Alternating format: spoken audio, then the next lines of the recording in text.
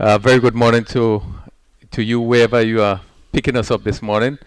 We welcome you to the National Stadium here in Grenada. Witness the final of the Republic Bank Rightstart final between St. David's and St. Mark. And I must let you know that in beautiful condition, the sun is shining brightly, and we do expect a very keen contest today as we witness what is expected to be a very good final. We just about to start. The news: St. Mark's won the toss today and has elected to field. St. David's is taking first strike as we see the first ball is about to be bowled by Andrew, and this one is played down to backward square. The batsman going to pick up two here. The fielder in mid wicket has some running to do and probably look for three. So Buffett picking up 2 runs with that first delivery. St. David's being asked to bat at 2 without loss. As I welcome with me this morning a former national cricketer and national footballer also, former national captain of the Grenada cricket team, Mr. Alistair Dibelot. Good morning. Yeah, morning to you, Cody. Friends from generations back. We played together at all levels. Down the leg side, white signal by umpire. The umpires are Manwaring and John Mark. Presiding is Sean Manwaring. And John Mark is at square leg. Just to give you the list of the team: St. David's, Wesley Hayes, Kurt Murray, Cousin Murray, Jamal Lambert,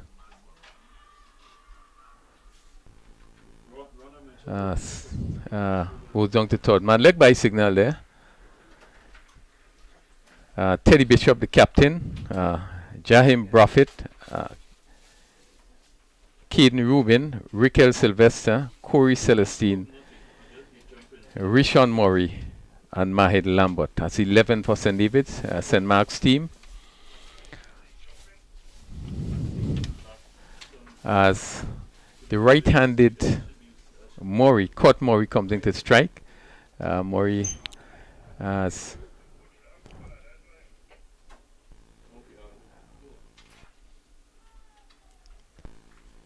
good delivery by Andrew, and Murray just seemingly dropping the wrist a little bit as that one went through to the keeper. St. David's 4 without loss. We are in the first over. Remember, they are being asked to bat first.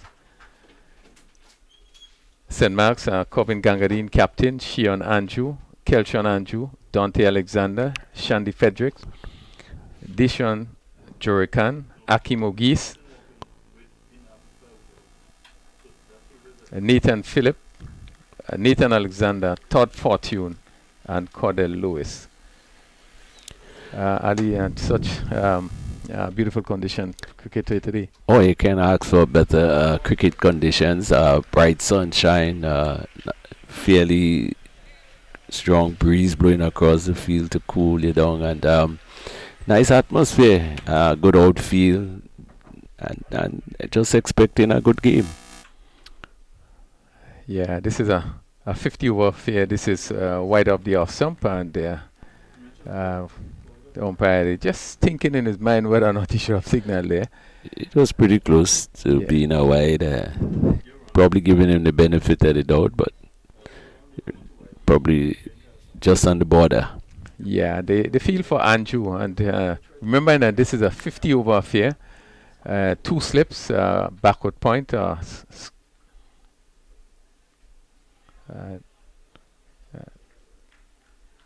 Maurice off the mark as this one played down to third man, and he gets his first run, and at the end of the first over, St. David being asked to bat, they are 5 without loss. Yeah, good first over, one beautiful delivery that seems to make a bit of height and move off the surface, but of course it's just the first over. The nerves and the warming up in these conditions, I think the bowler just trying to put the ball on the right line and length, and the batsman, of course, first over, watching it very carefully to see what movements, if there are any at all. So it's 5 without loss.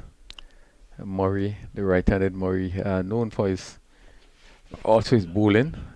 He's one of the players who has shown tremendous talent together with his brother Court Murray. And one expect quite a bit from him as he's preparing to face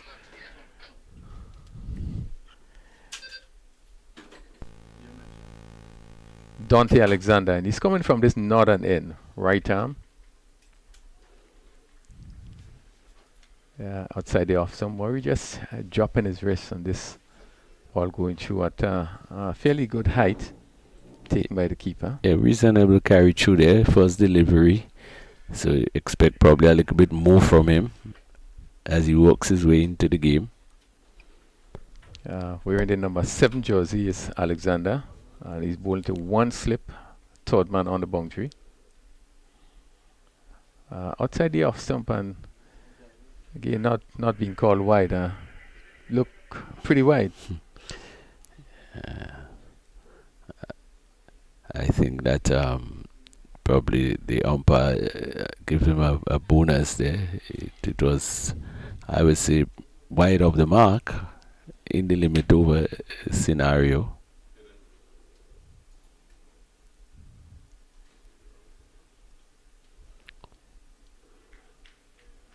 Turned down to long leg by Murray, as that one just seemed to angle into him, and it played it down to long leg. Pick up one more. It's 6 without loss. St. Mark's this morning winning the toss and electing to field. Ali, in terms of that decision making, do you think that probably it was the right one?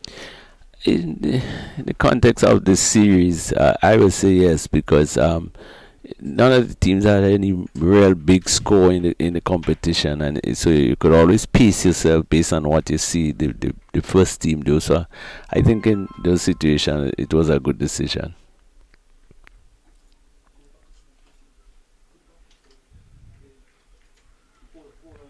Played square cover and Gangadine. They just coming around and doing the feeling. Good timing by Buffett. And not really tear away pace from the opening bowlers. I think the batsman seems very comfortable. Yes, there's nothing alarming so far. I think, both batsmen seem to be really in control, not being hustled into playing any shot. But I think it will be important. You want to make sure that you have a good foundation, a good start. St. David's haven't been scoring the sort of run that we expect them to score. Haven't been that dominant team that they have been for maybe 2018, 2019.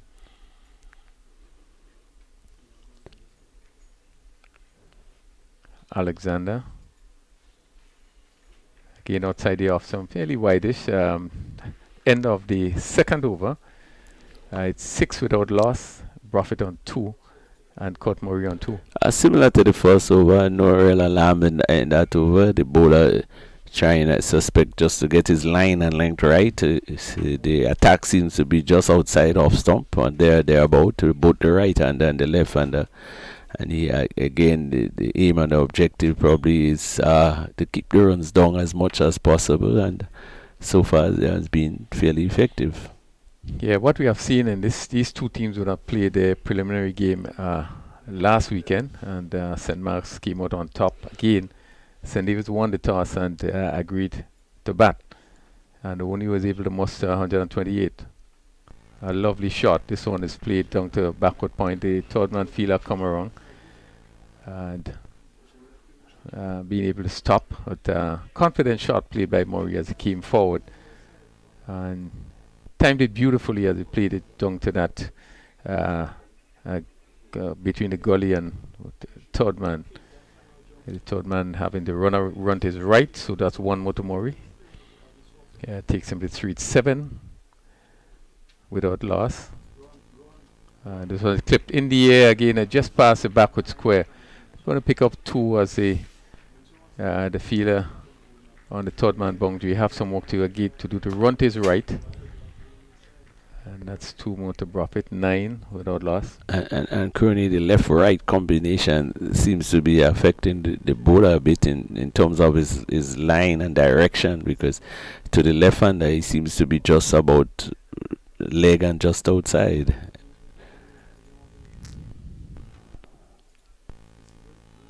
That's a good one. Yeah, good delivery. Just pitch on the leaving the left-handed batsman, but Buffett would have seemingly just dropped his bat a bit. It's hard to tell whether he was beaten or whether he dropped. He was able to drop his bat. Yeah, I give him the benefit of the doubt that he didn't really play that the ball. It was not, short moving across him. I think opening batsman, a lot of vision. I think he picked it up well. All right.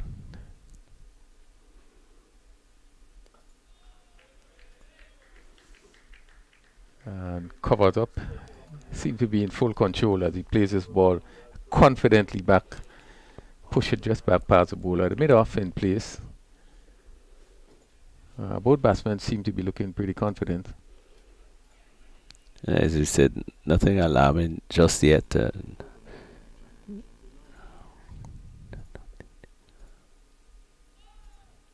Wide signal down the leg side again. Buffett looking to clip that one somewhere to mid-wicket. Made no contact. 10 without loss. And that seems to be a bit of a problem so far for the opening bowler in terms of his direction with the left and right. Good to the right-hander, but just outside the leg, which is the same direction he would have bowled to the right-hander. Yeah, you're right about that. Good lifting ball, push on the onside. And the first delivery that really would have seemed to have hustled the batsman. Buffett had to quickly get on top of this one and push it down on the onside. And he remains on 4.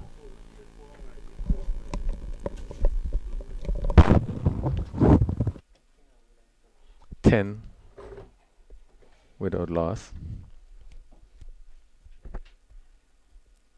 Andrew is bowling to, again, one slip backward point cover and a mid-off. And this is driven beautifully by Buffett. He's going to pick up 2. He's not going to get to the boundary. But well played by Buffett as played it to a square cover. So he pick up 2 more. And at the end of the third over, St. David's 12 without loss. Buffett on 6. Caught Murray on 3. Certainly the wicket here seemed to be playing very well. We think of the game last weekend, and we saw that Andrew was able to extract probably some more life. He was able to get the ball to move around.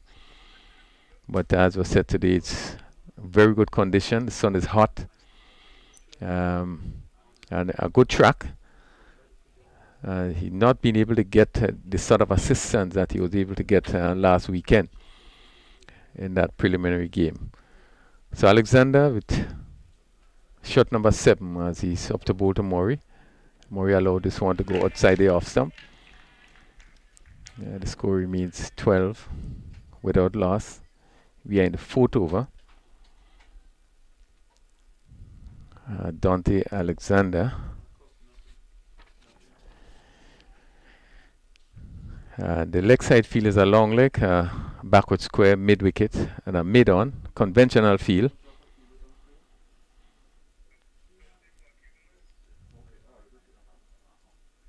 Again, this one closer to the off stump, but Murray again not really playing as he allowed it to go through outside the off stump.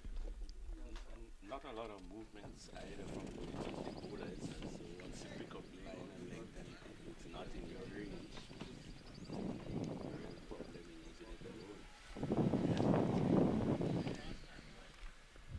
Yeah, not creating any difficulty for the batsman as Alexander. Short outside the off stump, lifting delivery. Murray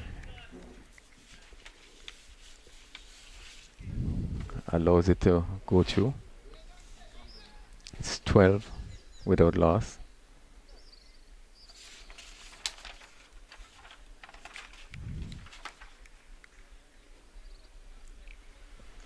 Alexander in the 4 matches played. 4 matches played, 17.3 overs, 65 runs here. So he actually picked up 5 wickets in the in the preliminary rounds. He will want to add to that.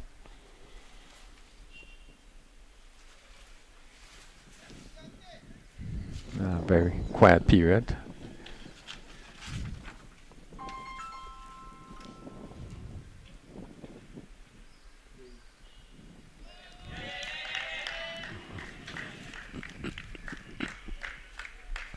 I mean, something I notice about the bowler, he tends to fall away quite a bit.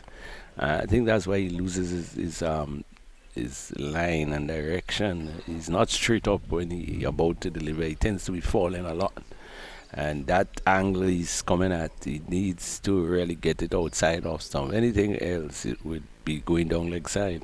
Yeah, down the leg side. Keeper was not able to hold the pick of an extra run. So again, this is down the leg side.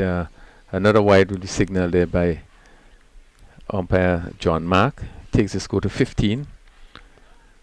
No end up problem for the bowlers with the left-right combination. Yeah, but just struggling a bit is Alexander. As you see him running up there in the previous delivery, it just seemed to be chipping. And that tells you that there is some difficulty. Yeah, the smoothness, the rhythm is not there. There he goes again as he chips.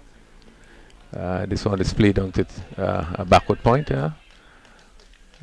Fielder had to move to his right. In control there was Prophet. Again, no real difficulty. No real difficulty. As he pick up one more. 16 is his score. Right-handed Murray.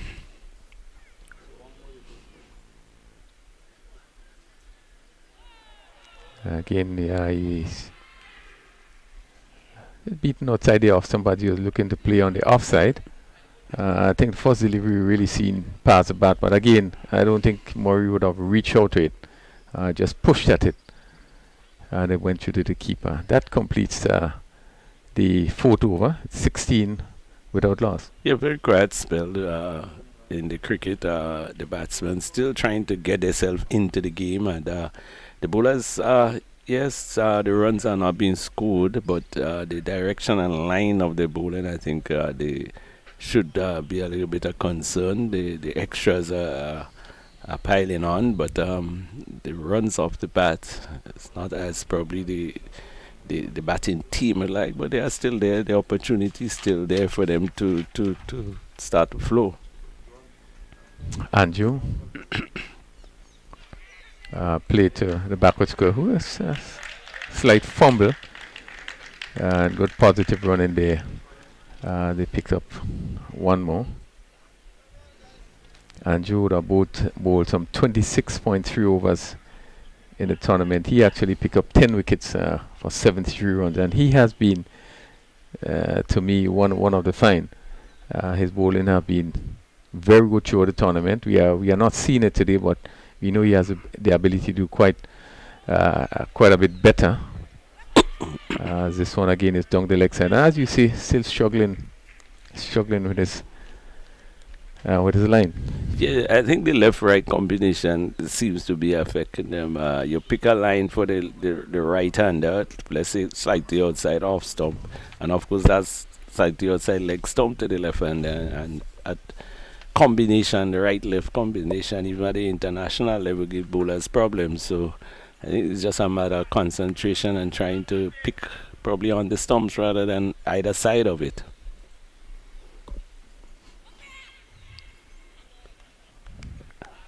Again, one down the leg side once again. Really struggling there with his line. And that's one more, 19.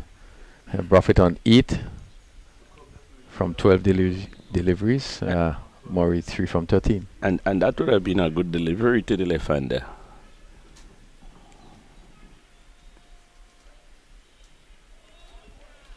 Beautiful delivery. Probably the best delivery he would have bowled there.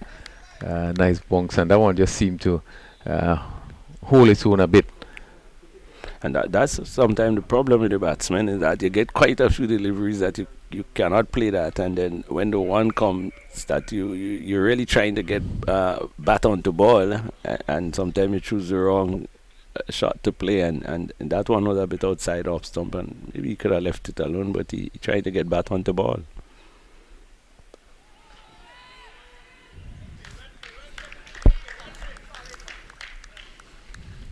It's 19 without loss. Republic Bank Rightstart finals. St. David's would have lost one game and they would have lost to St. Mark's. St. Mark's played undefeated in the preliminary rounds.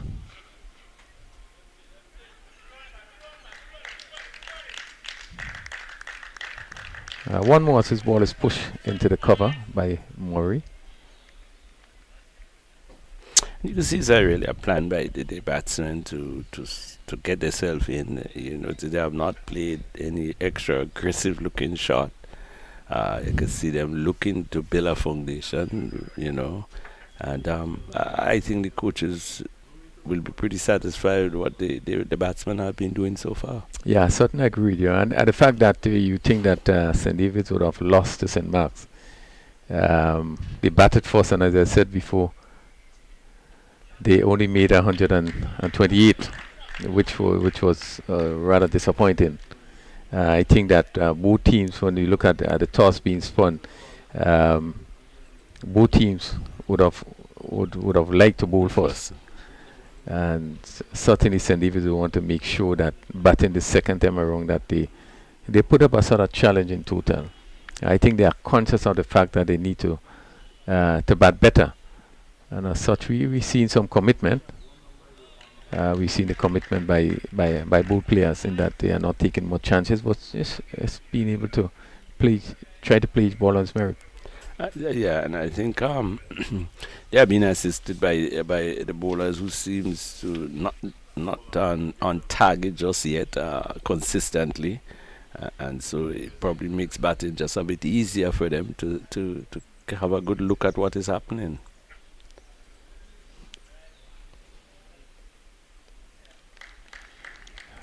I also think as we come to the end of another over, I also think that the bowlers probably might be a bit disappointed in that the support they probably would have been looking for, they're not getting it.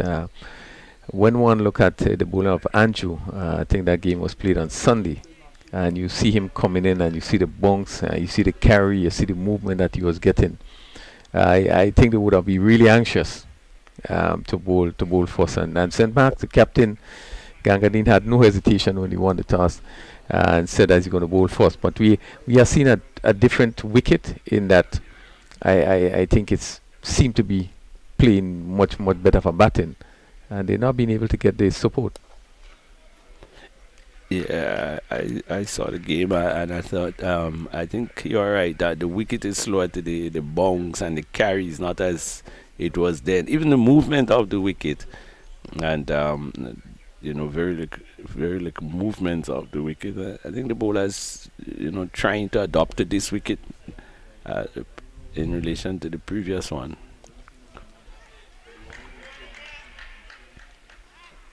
Alexander, that really close run there as the ball was pushed just to square cover there.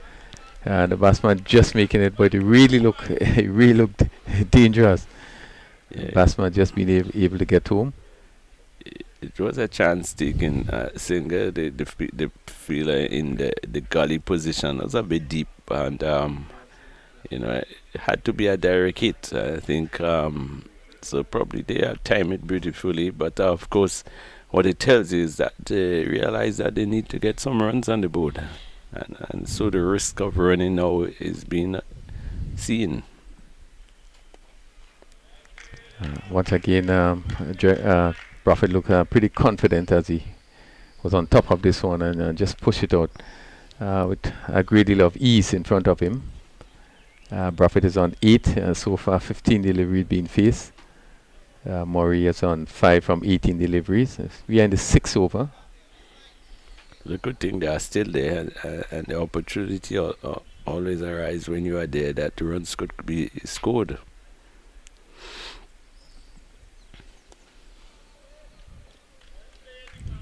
Alexander in his third over. Also think, Ronnie, the bowler doesn't look to be bowling as flat out as he did in the previous game. It seems to be more, whether his coach's instruction or not, it seems to be more concentrated on trying to just bowl the right line and length rather than just going for pace. Yeah, you're right. Just seemed to be bowling with himself. Again, still struggling with the hop. That just as he runs up, just a little chipping. But again, as you said, looking for length and line. I think probably it could be the instructions from the coaches. Let's keep the runs as low as possible. Try to bowl as accurate as possible, and hope for the best.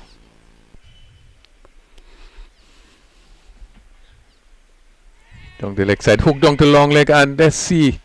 Went over, went through the hand of the long leg fielder, and that went down to the boundary for 4. Again, short delivery, really went all the way for 6. Good shot there. Good shot played by Buffett. Certainly, interesting shot. Well, I would say a effective shot because there's one player down that area of the field and he picked him out, but fortunately for him, and not seeing the replay, but seems that the ball went through the hands of the man down on the long leg boundary. And again, a ball probably just outside leg stump. And as I said, not getting the ball onto the bat regularly, went for it. But a risky shot, but effective in the end because he got 6. Yeah, it really looked from our angle as to it actually was going straight to the fielder. But one of the thing again is that the fielder was not right back on the boundary.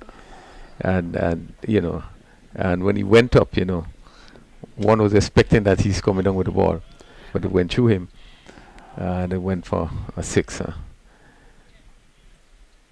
Well, we see that change. First boundary. First boundary. We see okay. that change from that sudden end. It's Philip. This one is outside the off stump, and the batsman in Murray allowed it to go through.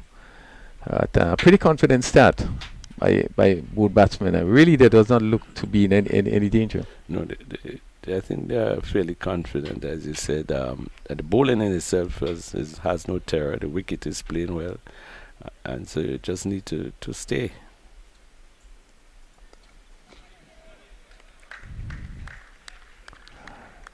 Nathan Phillip, just about medium pace. I think the previous 2 bowlers also just about medium pace too. They don't look anything much faster than that. Yeah. You're right. We're not seeing any sort of express pace. This one, a little movement. We have now seen a little movement, and that ball just leaving the right-handed Murray, but he picked it up and just allowed it to go through.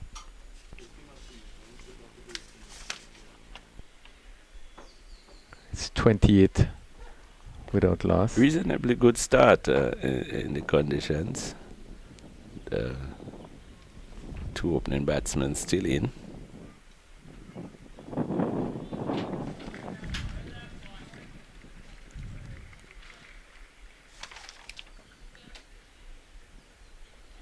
Philip would have just bowled in his 4 matches being played, 13 overs. He had 1 for 52.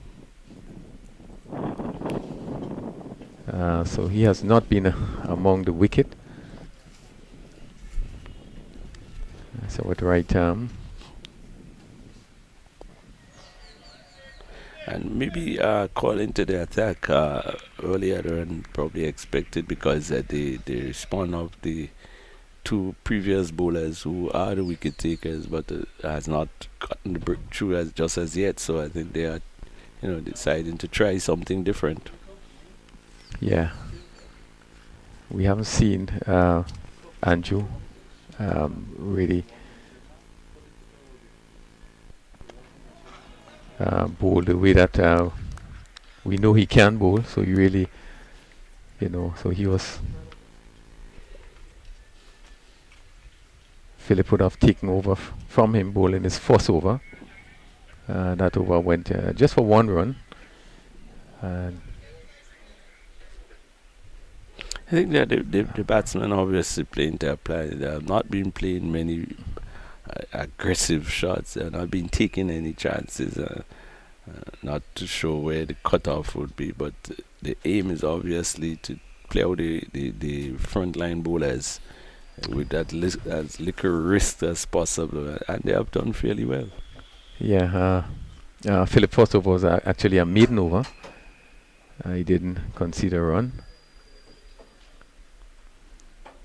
Alexander is going to continue.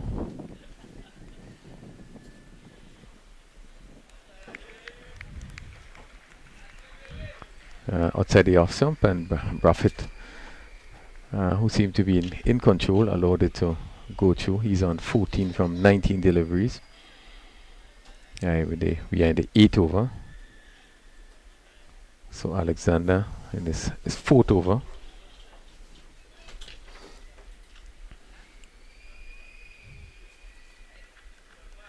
So far, none for 12.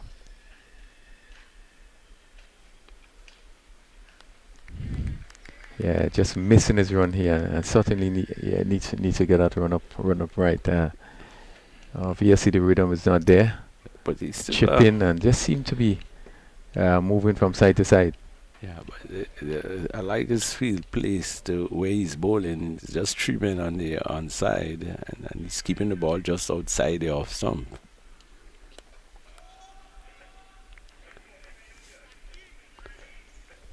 Obviously, is a plan set there to just keep it outside off stump. And whether it's a batsman area or weakness, or whether he think he's more comfortable in the line that he has to bowl, but it's the field definitely show you that he's going to keep it outside off stump.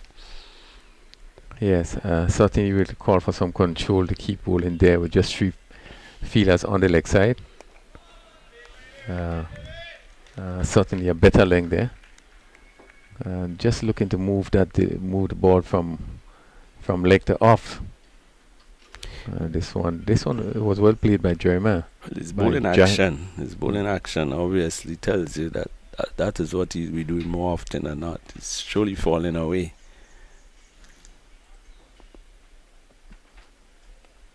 This one again is hooked down to backward square. This would be saved though. There's no fielder there.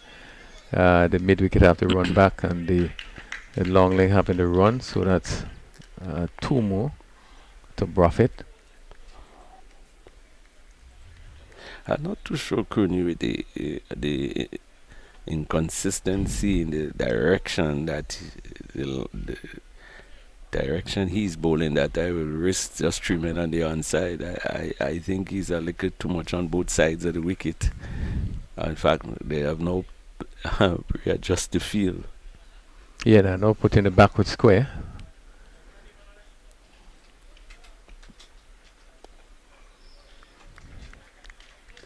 Yes, I was making a point that you at a 6-3 field, you have to be really focused and being able to bowl a particular line consistently. And what we are seeing from Alexander just seem a bit to be struggling with the run up, and this is so critical in terms of how you bowl. If you run up and your rhythm is fine, and you get in there, you have a good possibility of being able to put the ball where you want to put it most of the time. But when your rhythm is off and you just seem to be moving from left to right, it's really, really difficult, to have to keep at a good line and a good length.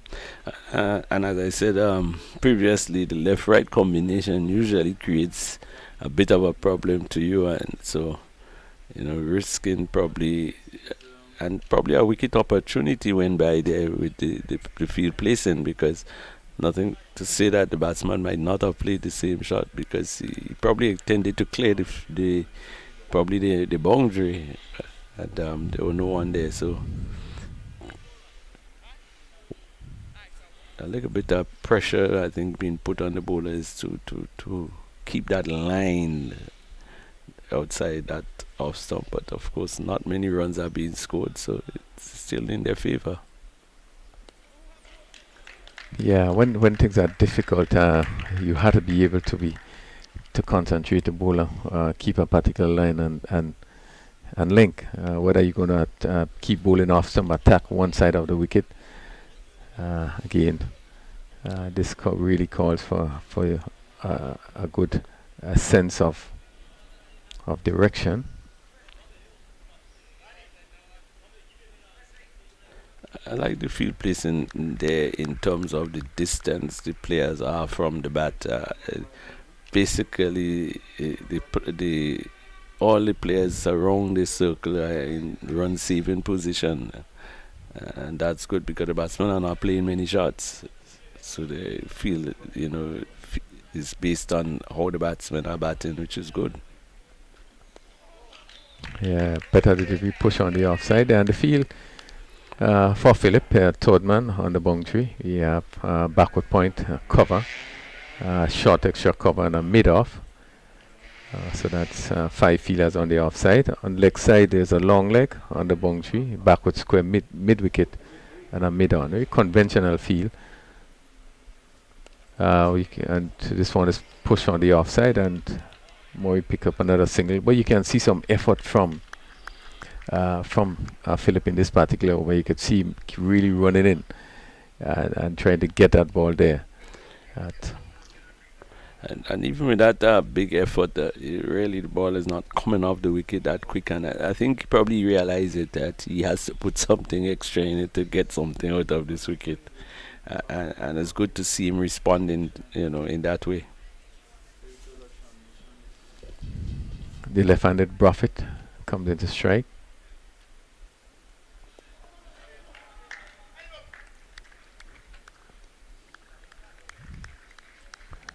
31 without loss.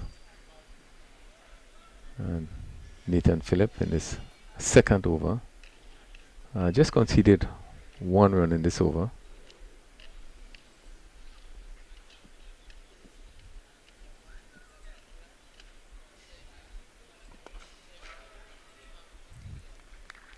That completes his second over.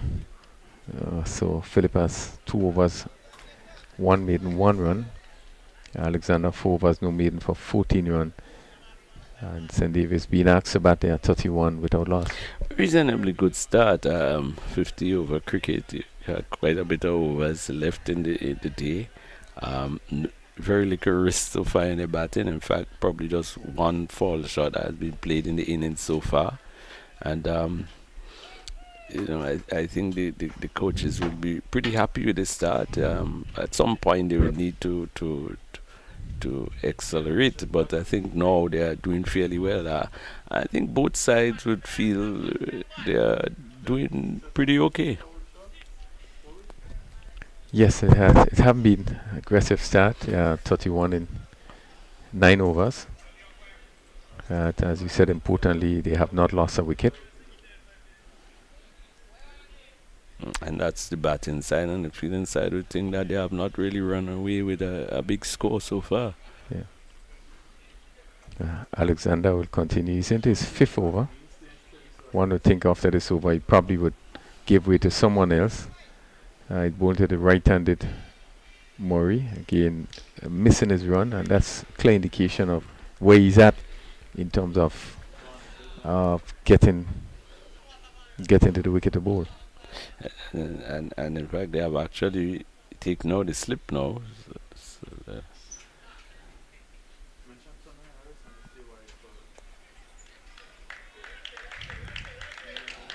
Neatly played down to long leg. And the fielder comes off the boundary. 1 more 32 without loss. The more adventurous or more attacking Buffett on 16 from 26 deliveries comes into strike. Third man, cover point, cover, extra cover mid off.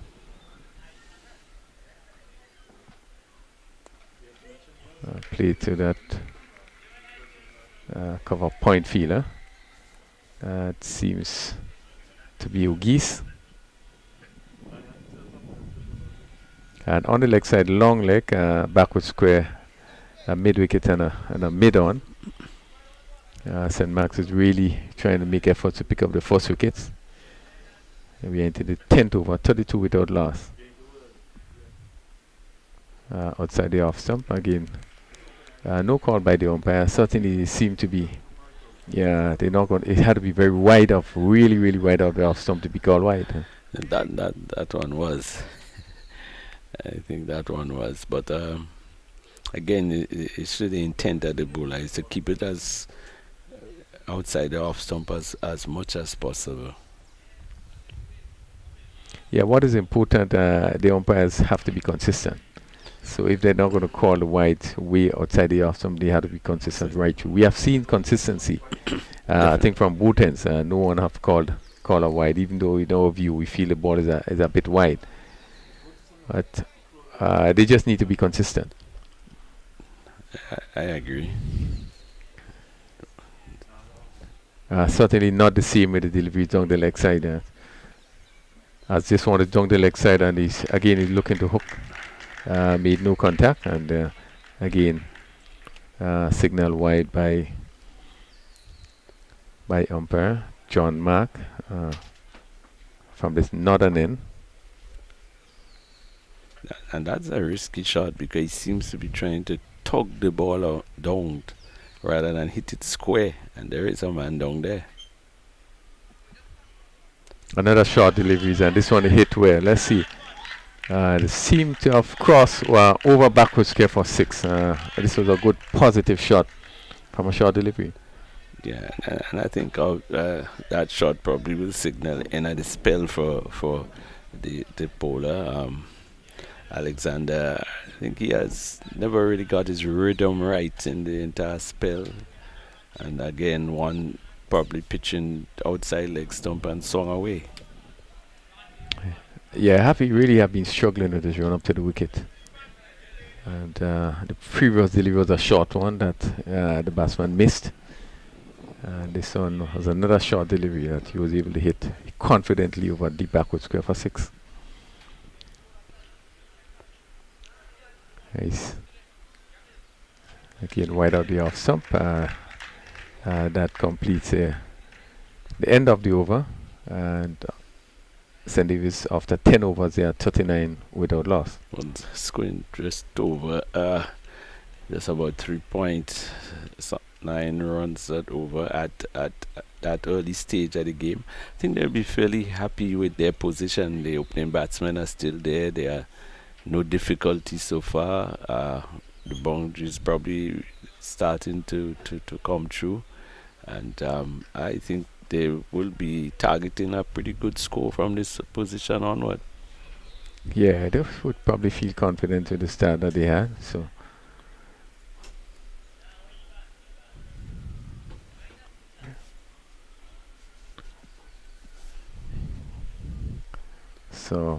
Philip, this one is played to mid wicket. No chance of a run. The score remains 39 without loss. We're in over number 11. Remember that St. David was sent in the bat this morning. This 50 over affair. Philip in his third over. So far only conceded 1 run. He's up to the wicket bowled to Murray. Again, Murray's back and staying this one to the gully fielder. Who moved to his right. Again, looked like O'Geese. I think you have to give Philip a lot of credit for his accuracy in keeping the ball probably just outside of stump on a fairly good line and length. Yeah. This one again is played. Murray just reaching for it, pushing it out on the offside. So far, he's 7 from 32 deliveries. So certainly there's a plan. Yeah, maybe his role is to stay, while Buffett is the more attacking one.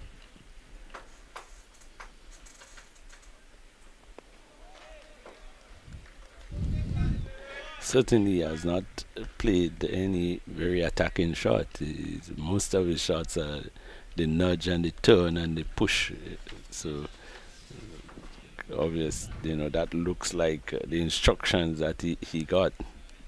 Probably doing a fairly good job if that's the instructions.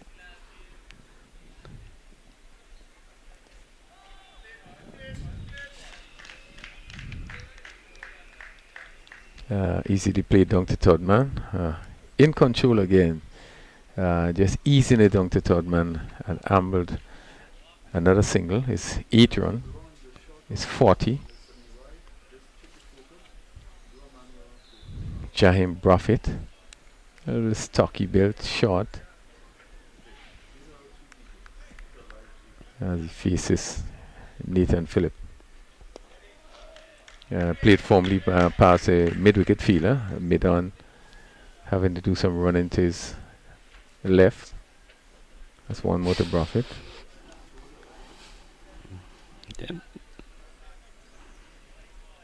Yeah. 41.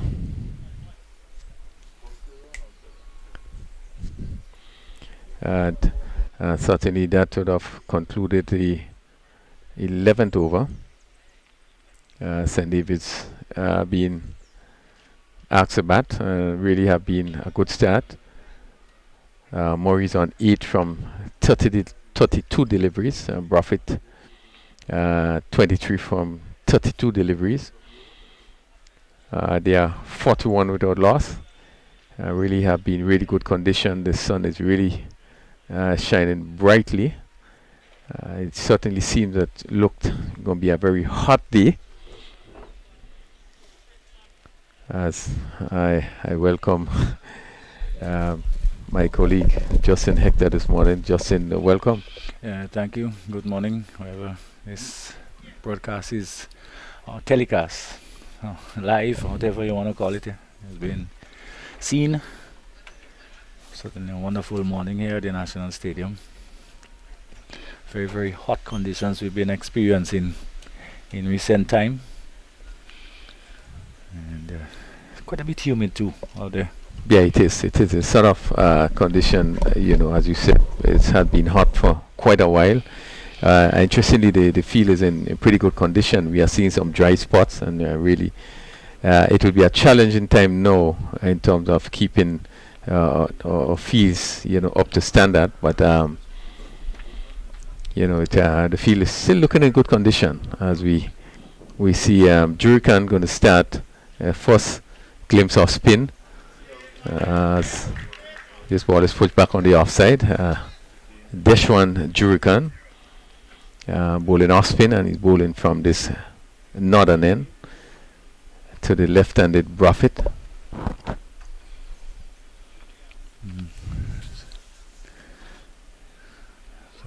Buffett has gotten off to a good start, but the delivery they're pitching maybe just outside the leg stump.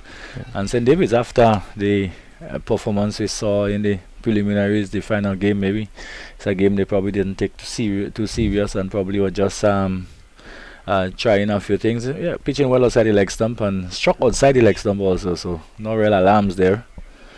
But probably St. Mark would be very much wanting to make that initial breakthrough. Yeah. But the two batsmen have batted pretty well, and certainly it's a good start, 41 without loss. And although maybe St. Mark may have thought that after the performance of St. David the last time, maybe to win the toss and send them in a game may have been a good idea, but in this type of games they probably would want to put a total on the board. Yeah, very interesting point you made there. I was saying before that when St. Mark's would have won the toss, they were very quick in their decision, so they certainly knew that they wanted St. David to bat first. But as I was saying, in terms of the wicket, seemed to be really, really different wicket. This is swept beautifully by Murray. That is just going to go down to the boundary for 4. Lovely shot. Yes, he swept it very well. He got well out to it, got the pad outside the off stump, and kept it all along the capit, and it went away to the boundary for 4. So Jurkan just losing probably a bit too full and a bit too much in line with the stump. So it's just going down leg side, almost again from about middle stump. But again, the ball coming back into him and was in very full control. And the fielder has had no chance to gather that. So Jurkan will have to do better this time again, comes forward and pushes it up towards mid-off. So very intelligent batting by these two from St. David. Yeah, confident sweep shot being played there by the first attacking shot we have seen as the over comes to an end. But the first attacking shot really we have seen from Murray, and he swept it well down to backward square. And even after that shot, you were able to push the next delivery to mid-off with a great deal of confidence. Certainly, after 12 overs, St. David's 47 without loss, we'll be happy based on what we have seen even in the previous game. Indeed, we'll be very happy, and I think I want to believe that the St. Mark team and the management will probably be a little bit concerned. They haven't yet broken through 48 for 1, and at that level, anything around 160, 180 probably would be a very difficult total to chase. Yeah, we haven't been seeing these sort of scores like the 180 and the 200. We haven't been really seeing it, even this 50 over a fair game. But certainly, total 180 and above obviously would create some challenge. But the pitch continues to play well. Certainly, is playing a lot better for batting. The one that they would have played on, I think, last Sunday. And we are seeing the batsman is really taking advantage. Yes, so the thing about it is that it's often said that you don't judge the wicket until the pitch until both teams have had a chance to bat on it. So we're seeing another over from the southern end. It was Andrew. Andrew has now come back. Yes, so it's in his fourth over. Comes into bowl and a delivery right up there, and maybe just a comment. It's out like before. In fact, I thought there was a bit of bat in it, Crony. The umpire took a very long time before he lifted the finger, and the breakthrough have been had. In fact, the prolific Braffett, who has gone, Murray, in fact, who has gone. Let's look at the replay. And well, it's there certainly was no bat. There certainly is no bat, but we can look at that replay again as you're looking to probably whip that one somewhere to mid wicket, and the ball seemed just to be come into the batsman. We look at it again. Probably maybe just tailing that down, but yeah, certainly. Obviously, it's touch and go to umpire, probably the best. But it took a pretty long time to make that decision. Yes, indeed, and that's why I thought that in the end you do find these things in from time to time. So St. Mark has gotten the breakthrough 47 for 1. We're in over number 13, and probably now when sometimes you get pick up one and you pick two or three up pretty quickly. I think that's what they would be hoping for. Yeah, certainly. Andrew has come back, and it was evident that he was trying to keep the ball up to the bat. I think both deliveries were trying to bring it right up, and this one the batsman looking to played somewhere to mid wicket, and again as the ball came into him, just missing, and was a George leg before. Well, the right-handed Teddy Bishop, the captain of the St. David's team. He's coming at a crucial time. Now we have some runs on the board. There's been a reasonable start, so let's see how he approaches his game. He has been criticized a bit for probably playing a bit too injudiciously early in his innings. Yeah, a lot is expected from Teddy Bishop, the talent that he possesses. Certainly, I think everyone around is looking to this young man to do well, and really has not come beside. I think he scored 55 in one of the matches, but have not been getting any big score. But good opportunity. I think what the St. Mark team, they have generally kept the field up to a certain extent. They haven't pushed the men back, the fielders back to the boundary. Though Teddy initially probably likes to go over the top of the field, over the extra cover region sometime. So that's a challenge for him. Would he want to do that early in his innings? I think it's a good thing that the St. Mark team has kept the field in, basically.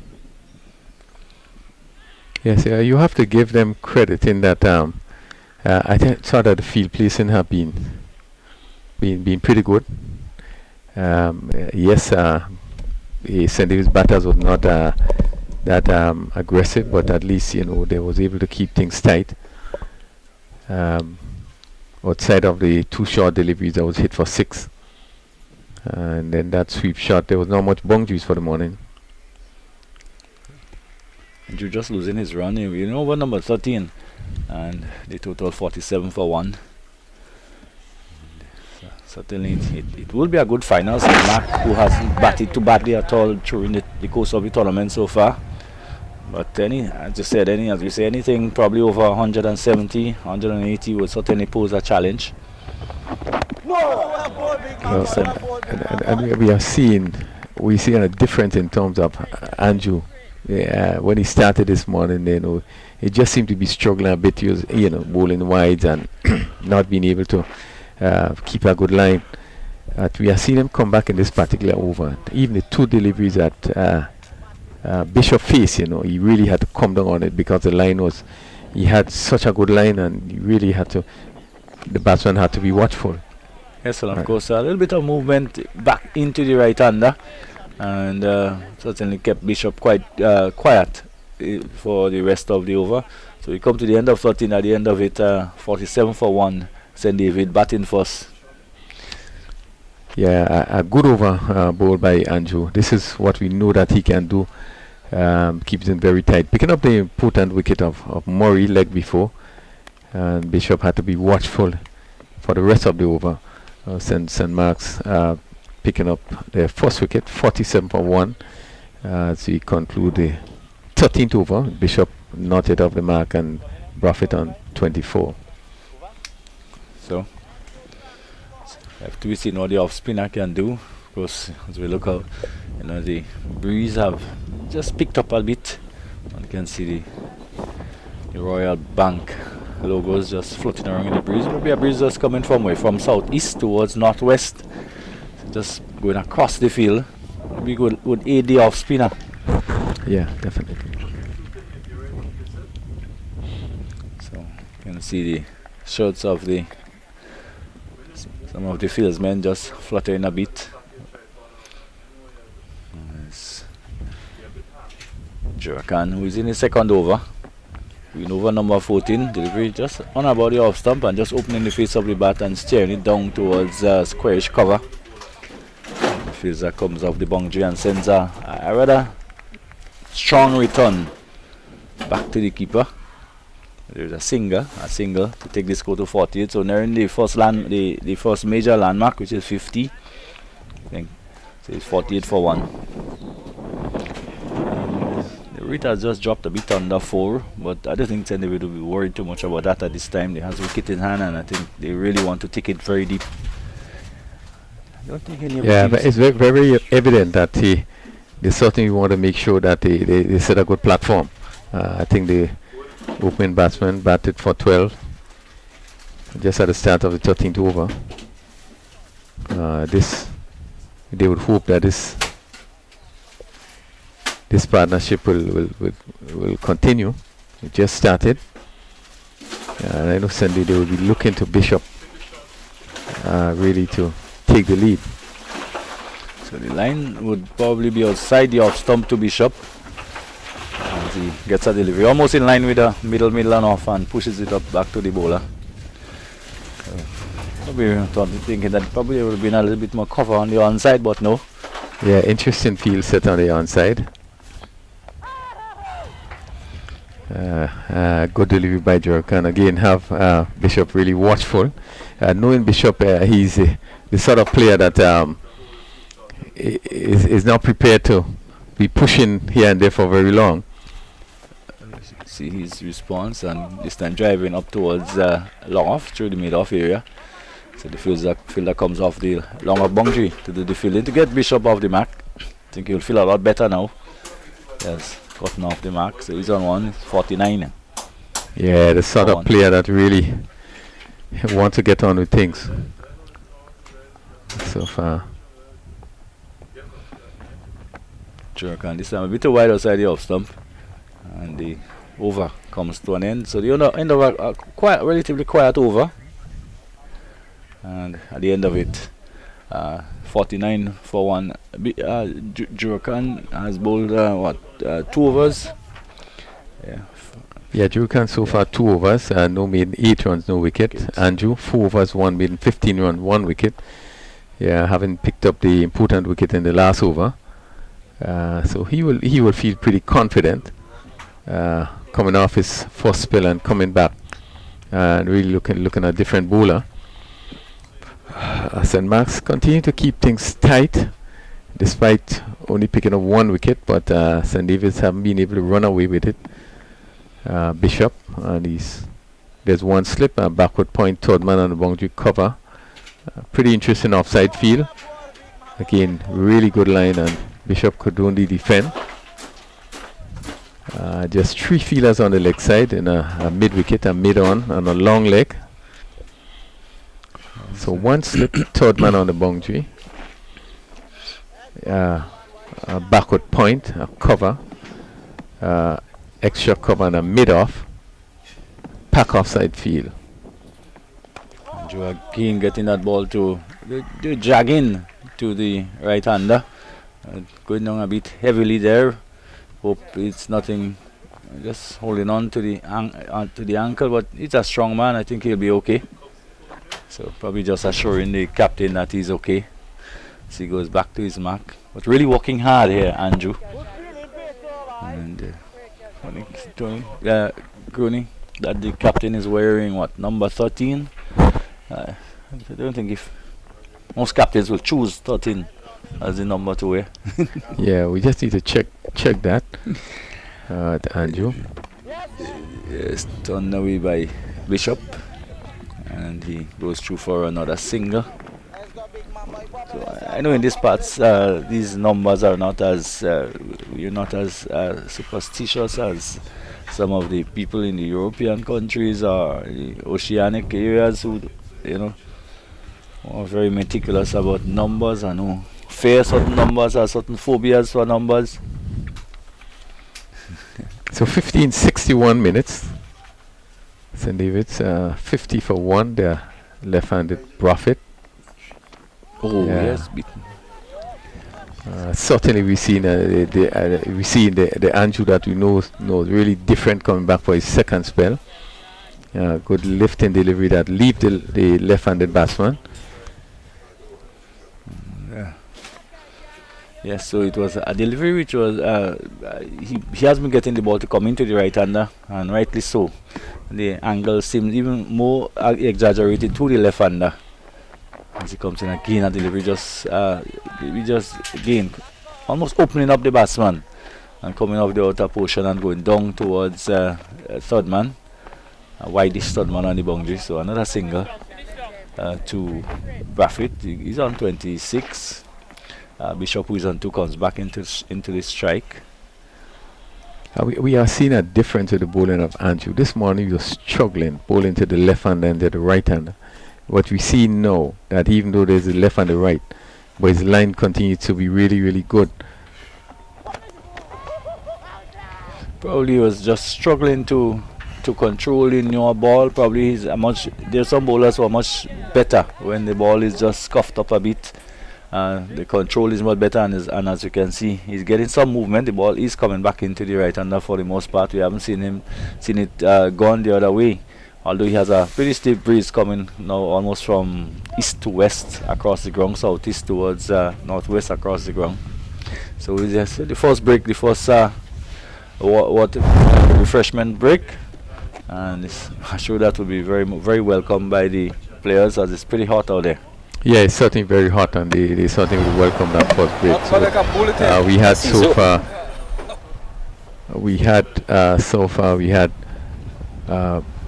Jurikan bowled 2 overs, no maiden, 8 runs, no wicket.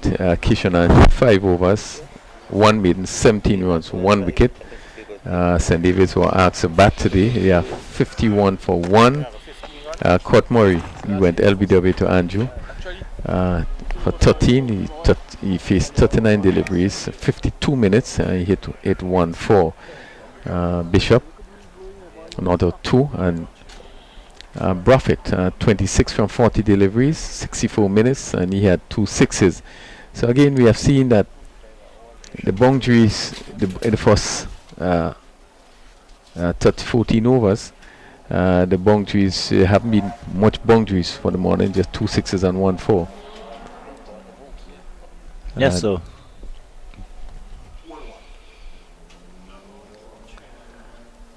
overs 15, actually 15 overs being bowled. So St. Mark's have been able to keep things fairly tightly. It will be disappointing they have not picked up the, I guess, the amount of wickets they would have expected when they would have looked back at what happened in the previous game. I think they would have been very excited to see Andrew coming into bowl and hoping that he would have been as successful at the beginning as he was in the last game. yes, just we have the players sitting area. Of course, the most vacant of them is the team out in the field. That's the St. Mark dressing room. Just on what is that, Crony? The left of screen. Or St. David on the right of screen, or the left of screen. Yeah, that would be that would be on the right, I would think. That would be on the right of the screen, St. David's on the left. Yeah. But a very good morning play. I don't think there was anything that really dramatic happened. We are seeing Buffett hitting a pretty good shot down to backward square for 6. Short delivery from Dante Alexander, and also was able to hit him over long leg, which one felt was actually going straight to the fielder, but went for 6. So those two are attacking shot being played, and beautiful sweep shot by Murray down to backward square for 4. I think Murray got out just when he was probably getting into his own. You're looking to up the tempo, and he followed that sweep shot with a positive push down to long off, and he was looking to whip that ball to mid wicket, and he missed and was out LBW. Yeah, he did. But it was good bowling on the part of Jurkan. He continued to attack the stumps basically. Yeah, and I think that's what you need to do. Just if the batsman misses, there's always a chance. Yeah. Yeah, he definitely his second spell, as he came back for the second spell, he looked a different bowler. That's Andrew, and really he has kept Bishop pretty tired and tight and very watchful. So the bad balls or the bad delivery you've seen before, when he came back and really will remedy that and look the sort of bowler we know he is. Yes, and probably just. If you need thing, probably you'd want to see from probably the message would have been probably from the St. Mark dressing room that they need probably to just show a little more energy. Yeah, just do look a little flat out there, not much cheering and supporting. You're not hearing the shouting, you're not seeing the clapping too much. I think very important. Well, the bowlers are made to work harder for the wicket today. I don't think. If you look back at what happened in the last game, it was, I think, a lot easier. Today they are made to work hard for wickets. Jurkan delivery just on outside the off stump, and probably Buffett will feel that he should have done better with that. There were opportunities there between the bowler, of course, and the extra cover. But this hit it straight out to the extra cover. He can't score, he remains on 28, 26. And again, a delivery which is probably going down the leg side and probably pretty high too. Yeah, and coming around the wicket can probably make it a little more difficult. Yeah, Buffett should have. You really would have been disappointed. Hit that full toss straight to extra cover. Ogis fielder there, and really should have done a lot more with that delivery. Oh, good delivery this time, just on about the off stump and with the angle, coming in with the angle and pitching and leaving the right hander, but not a lot of turn, but just enough to cause some concern. Yeah, he actually slowed it up, and you could see Buffett reaching for it there, and it just seemed to hold its own.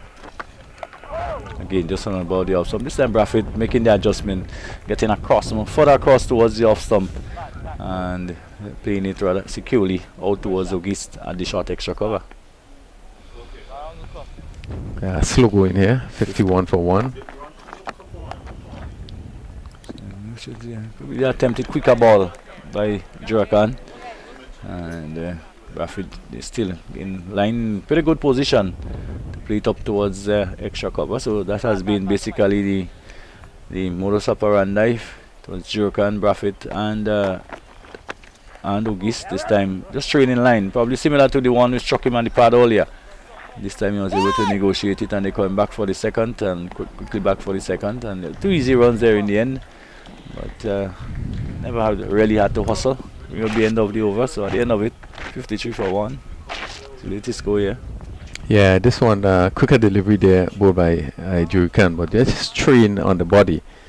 And Bradford just came back and turned it past that leg goalie fielder, and he was able to pick up 2 easy run. That takes his score on to 28, and he certainly has played so well. He has been there for 46 deliveries, 66 minutes, hit 2 sixes. So really has played his part in terms of,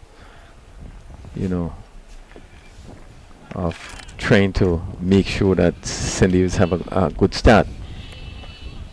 Well, they already had a decent one, 53 for 1. Bishop, who is just settling in, is on 2. 28 to Jaim Bradford. He need to make that start with Concrony. It's on 28, and probably need to bat deep. Just hold the innings together as the glue on one end. Well, there's more spin from that southern end. The captain, Gangadine. This one is pitch up. This one is hit down to the sweeper on the cover boundary. So 1 more to Bishop. So it will be interesting to see how they negotiate. Gangadine, who is willing to throw the ball really high up in the air to those batsmen, really testing their patience and their ability. It will be interesting to see how they go. He has picked up wicket consistently during the course of the tournament. Gangadine. Run, big bat. He will be bowling to the left-hander. I don't know which he would prefer. Probably as the leg spinner, will probably prefer to have the right-hander. Once again. Yeah, a lot of air there. Gangadine has picked up 6 wickets in the tournament. In these 4 matches that he would have played before, 6 for 89. Comes in again, and this time pull away down behind square. And the fielder coming across and can't get to it. A little bit of lackadaisical work down there on the boundary. And one thought this one should have been stopped, but it went for 4. The fielder couldn't get across to stop it. But a bad delivery by Gangadine, short and going down the leg side. The ball coming back into the left-hander, and just had to swivel and pull it out behind square on the onside. The field that made wicket had no chance. Yeah, but it was well played. It was not all that short, but I think he picked it up that it was going down the leg side, so he kind of hit to the tide, went in and picked it up and hit it to the tide, and it went down to the boundary for 4. Much better delivery, better line, and an appeal for probably just a yell, cry of anguish as the ball went in the air out on the offside. There was a slip for Gangadine. Again, this time much wider, just trying to tempt the batsman outside the off stump. And Bradford will be in there for a while. Just allow it to go through to be taken by the keeper.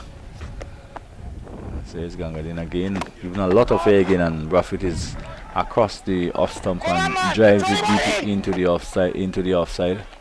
And Bishop, who had thoughts of a second, had to go back to his crease. So that's the end of another over from Gangadine. Probably not the best over we'll probably see from him. Struck for a boundary in that over. 59 for 1. Yeah, he have conceded 6 runs in that first over, but nothing really, alarming. I think that he had been giving the ball a lot of air, but just seemed to get his line right. Few of the deliveries were wide off the off stump, and one which was shortish in length was hit down to backward square for a boundary by Bradford, who continues to bat well. He's on 33. So far 51 deliveries. He's going to prepare to face the off spin of Jurikan. One slip, a point cover on the boundary and a long off on the offside. He's just missing his run there. And he have backward square on the boundary. A shot, a mid wicket, and a long on. Goes gets in on the low full toss and drives it up towards long off. We feel that widest long off comes in to do the fielding, and there is a single for Braffit. So this brings Teddy Bishop back into strike. He's on 3 and 60 for 1. So in over number 18. Still saying Mark maintaining a level of control. Really haven't gotten away from them at all. There's Bishop driving up into the cover region. They're going for 1. Will he go for the second? They just thought about it, but there was not a second there. As the fielder came around to do the fielding. And a single was had, so it goes to 61. Bishop goes to 4. 34 is Braffit is back on strike. And Bishop looking to be aggressive. His normal style of batting. He's showing a little more, a little bit of responsibility, a little bit of discipline. So short again and just tugged down towards backward square for a single. By the left-handed Braffit, it goes to 35. It takes the score to 62. Probably Jurakan still feeling the effects of the blow he took on the return came in. They take it flush on the probably on the side of this one. Just sees him just looking at the area. Yeah, it just seemed to be affecting him a bit. Depends on where he's being struck, you know. Certainly can give him some problems. Yeah, so it's a bit of numbness like in the leg. Loud appeal for leg before, as this one is going down the leg side. But a pretty good delivery. Very much similar to the one which got rid of it was Murray. Yeah, but this one actually came off the bat, and I thought it did. So umpire didn't signal. Yeah, just came off the bat. So here again is Jurakan bowling well on his way to bowl to Braffit. Braffit drives up towards extra cover, and there is August tumbling away to his left at shortish extra cover, and there is no run.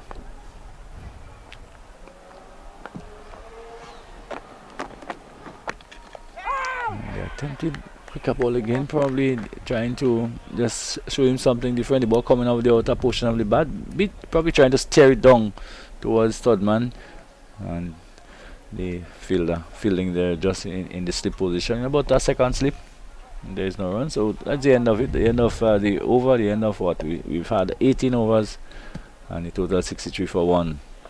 Yes, and certainly St. Mark's will be looking really to make some inroads, looking to see how they can get another breakthrough. Bishop, who was just went in, is on 5. Braffit played a good inning on 35. As the sun continued really to shine down. Beautiful stadium, good condition. Full toss, and this one is hit again down to the cover fielder on the boundary. Another bad delivery, and Bishop probably would have felt that he probably could have done more with that delivery. Yes, probably still continue looking to really toss it up high, and this one just getting probably out of the grip a bit. Like one toss, probably some much better delivery, and appeal there, just a cry, probably more from the wicketkeeper than anything else. Not much of an appeal from Gangadin, as this was clearly pitched just outside the leg stump, and maybe a bit of bat in it also. This time short outside the off stump, and wanted to appeal, and the keeper didn't get hold of it. Could it have been a chance? May have been, you know, Crony. No, I don't think so, really.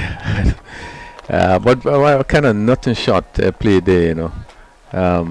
So you look at it there. Yeah, he didn't look as though he played it, you know. But I just try to steer it. Kane hits back and looking to punch it away into the offside. And that probably would have been a better shot for the delivery before. If you're going to come back, you're going to play a shot at it. But really, probably the most he probably gonna get was an edge to go to for slip. Which just been done by the googly as it went away from him. This one came back in and cramped him the previous delivery. So because we did see the ball going away from the left-hander so it would have been the googly he didn't pick, and now he didn't quite pick the leg break because he came back at him sharply. Now he's off the back foot again, and probably again another googly. One could see the ball leaving the left-hander. Yeah. So good mix by Gangadin. A much better over than his previous. Yeah, just a little bit on the short side, and that last delivery there, could have been hit maybe through mid-wicket or past the cover fielder down to the boundary. But it's a much better over. St. David's 64 for 1. We had 19 overs being bowled, so St. Mark's is still keeping it tight, but quite a lot of overs to go. 64 for 1 and 19 overs. And another mini break as some form of refreshment is being taken out to the batsmen out there. It's a hot day. But sometimes maybe just a bit overdone in terms of the breaks. Yeah. What had to be done? They had to do it quickly so you would not stop the game. As soon as you overcome, if you're going to come into that drink, it had to be really quickly. As we see the condition, as we look at the hills and we saw the beautiful condition, which indicates that we certainly going to get, probably this condition with the hot sun for quite a while. Yes. So Jurakan still looking at that area where he was struck and just limping a little bit. It was a strong throw which came in, which struck him flush on the foot. On the foot. Seems a bit uncomfortable with it. Delivery outside the off stump, which Braffett just allowed to go through. It's too wide to interest him.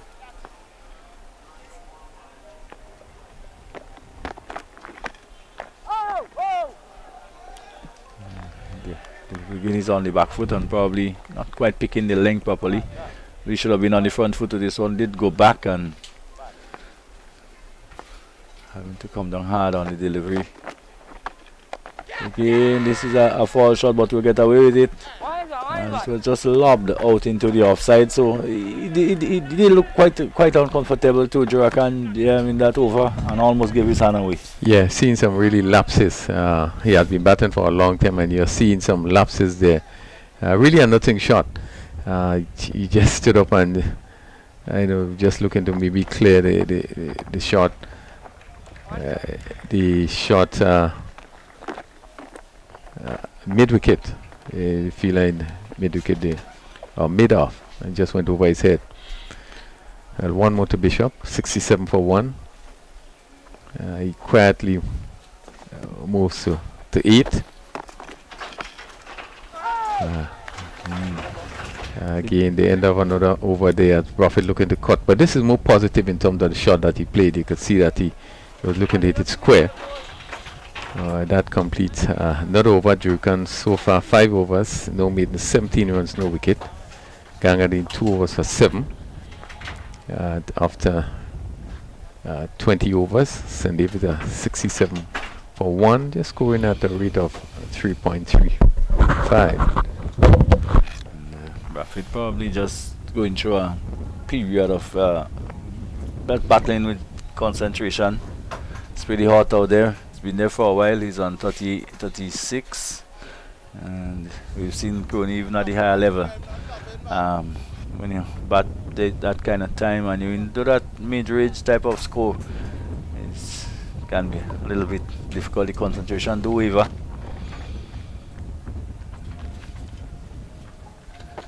Let's see. That's Fredericks that's moving up to mid-wicket. So, it will be Gangadin to continue. Catch his ace, but ball going out towards the fielder at backward point. It's Jurakan. Bishop looked to tread the nil. Straight going again. Lots of play on Bishop this time, using his feet coming down the track and getting it on the full and punching it up towards long off. He comes off the boundary and there's a single to Bishop. He goes to 9. Takes the total to 68 for 1. Slight adjustment being made to the field as the fielder from the boundary comes in now just about halfway. So delivery just on about on the toes and turned away into the onside towards August. There's no run.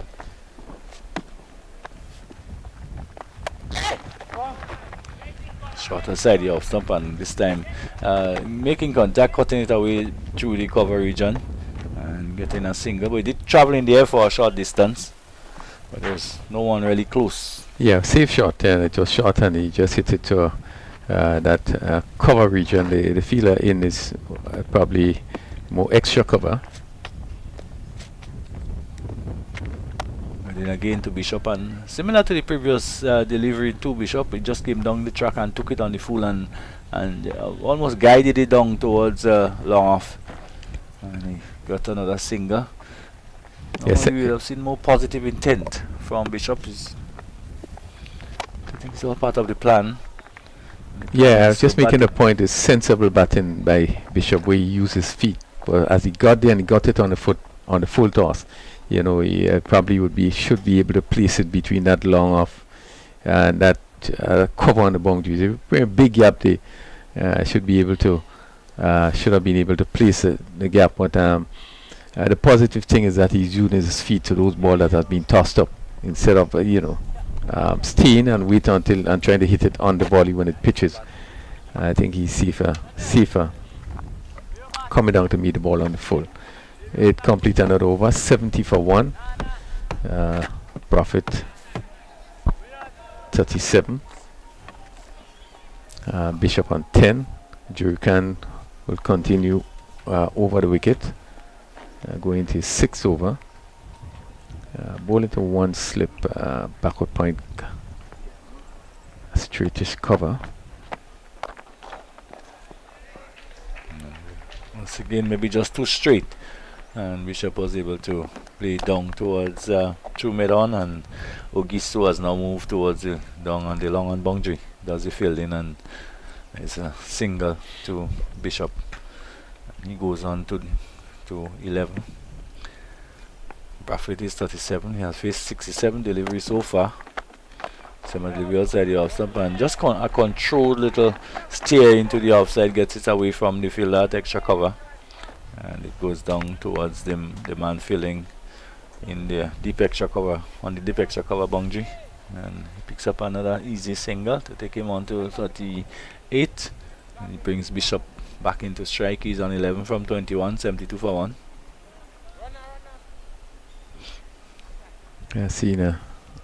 Seem to be a strengthening of the leg side field.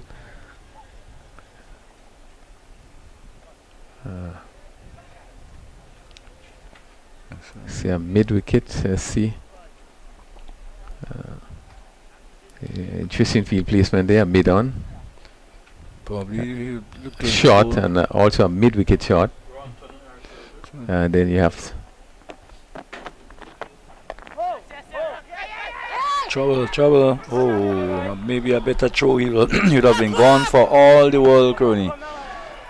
Really, there was not a single poke call in by Bishop, but in the end, they benefit 2 runs because there was some really bad work by the fieldsman. Yeah, really bad call by Bishop. He just pushed the ball on the onside. Actually, straight to that fielder that's feeling short there. It's a captain. And called for the run and really look at Buffett. Really had no chance. Really, just was a bad call there. Yes, probably Gangadin should have done better with that. One could clearly see the tactic is to attack Bishop just on about the leg stump on a full length. And these two fielders are two attacking fielders in there. This time a little short and some room. Probably one could see the disappointment in him, not what he really wanted to do. And just releasing the pressure. Now, so Bishop goes to 13. Bradford too. probably should have been gone. The previous delivery is there. He's on 38. Here is Jurakan. Wide outside the off. Some white ball, says the umpire. Touch and go, Crony. I think it was a good. I think it was a good call. I think it was a good call. Yeah, we have seen some outside the off, some which we felt was, could have been called wide, but then again struck off the back foot and some bit in the air. Certainly, one could hear from the stump microphone. Yeah, the bowler suggesting that. And that was right. That ball was hit down there, and the fielder on the boundary moved rather slowly towards that delivery, and one was thought that really was enough time for 2 runs. Yes, indeed. Well, it's 7 for 1. And just making the point earlier that the energy within the St. Mark team just a bit lacking, we thought. And Jurakan was expressing that in no uncertain term. So just constantly keeping the batsmen informed on, two batsmen out there. Teddy has changed his, probably, he hasn't changed the bat.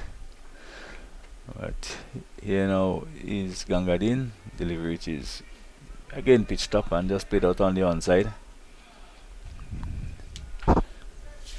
Kisu have had some work in the area just on both the onside and the offside. Does the fielding, this time off the back foot and delivery coming back into the batsman. And the classic leg spin delivery, leg break to the left-hander. And he played it quite neatly down towards mid-wicket. And single was had. Yeah, it had been some good field placement by the St. Mark's team. Even that bad delivery was hit and hit well, but went straight to the fielder on the boundary. Stem again outside the off stump, and just Teddy, they're just not having a little again. Nothing short outside the off stump, probably too wide. We just allow that to go through. Stem is down the track again and getting this one on the full. I'm playing it up towards long off. They going, but they going back for a second, and there is the problem, and he's run out. And certainly something has to be crazy out there, Crony.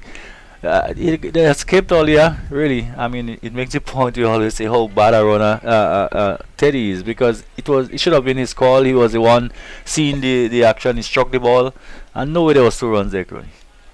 Well, we continue to speak about it. Let's look at the replay. It was struck firmly.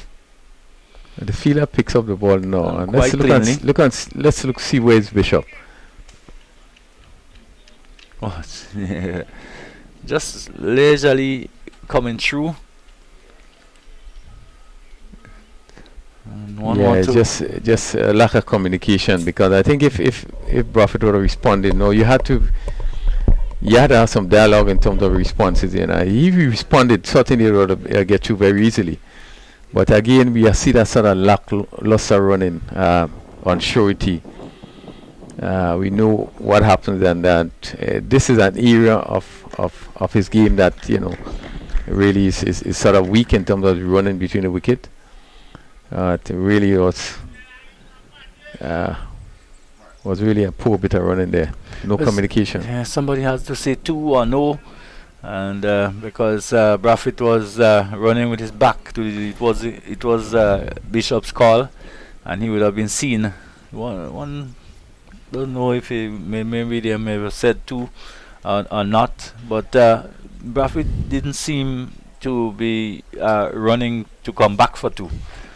Yeah, one get the impression that Braffett seemed to also show a bit of tiredness. The purposeful and the aggressiveness in which he runs, and that seemed evident, because we look at where he actually reached, was just in a sort of casual mood. So they'll have to start again. So St. Mark has made a second breakthrough. I think they'll be quite happy with that. And he's out. In fact, stump really done there by Gangadin. It was given a lot of it. It was wider, and maybe the concentration just fading as a result of the run out, Crony. and Bishop came down the track looking to go for one of those big shots over the offside, which we haven't seen him done so far, and didn't get to it, and a smart bit of stumping by the Yeah, keeper. well, good bowling by Gangadine again. It just showed that he has really lapsed in concentration, Bishop, as a ball was tossed up wide. And as we look at replay, actually a wide, really a long way. He went just a total lapse in concentration there, and he lost his wicket. A big wicket for St. Mark's. They have picked up 2 important wickets. These both players were seemingly going pretty well. It's now 80 for 3, and Bishop being stumped off the bowling of Gangadine for 16, and St. Mark's really would have struck some important blow. Well, but it was a good piece of bowling, Crony, because Bishop has been throwing the ball high up, and Bishop has been coming down the track to get to it on the full most of the time. This time he threw it up a lot wider, inviting him to come, and no way he could have gotten to the pitch of it, and was really done because it was the leg break going away from him, and couldn't get the bat onto it. And the keeper, who haven't held on to the ball too cleanly during the course of the day, really held on to this one and did a smart piece of work, a smart bit of stumping, and this would certainly boost the St. Mark team to see the back of Bishop. Yeah, most definitely, and it all would have started with that run out, really. Yes, beautiful bit of work, and there was no doubt in the minds of the umpire, in the minds of Bishop himself, that he had to go. It's 79 for 3. So just crawling their way back after the pretty good start by St. David's, and Mark now crawling their way back, and one sort of suspected that the spinners would pose some bit of a concern to the batsmen. Again, delivery coming off the outer portion of the bat, so a bit of uncertainty. 2 new batsmen at the crease. This is what St. David didn't want at this case, at this stage. Yes, 80 for 3. Celestine that comes in the strike. It's Maury. Yeah, Maury. And Maury in strike. Celestine picking up his.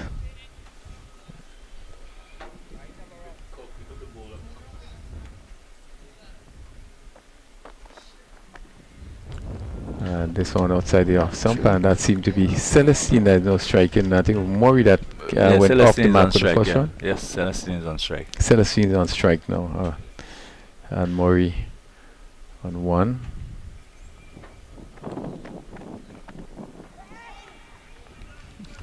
You could see that just some encouragement, there's some pep in the step of Jurican there. They haven't picked up these 2 batsmen who are looking pretty comfortable.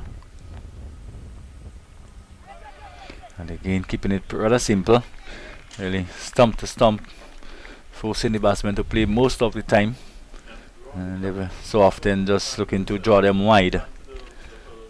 So it's 80 for 3, and the 24th over. St. Mark's has really kept things tight, and this one hit the middle. Okay, there's trouble here. And he's out. I want to think he's out. Yes, he is given out, and there was one could have seen that there would have been some trouble. So St. David almost giving it away as Murray has found himself run out.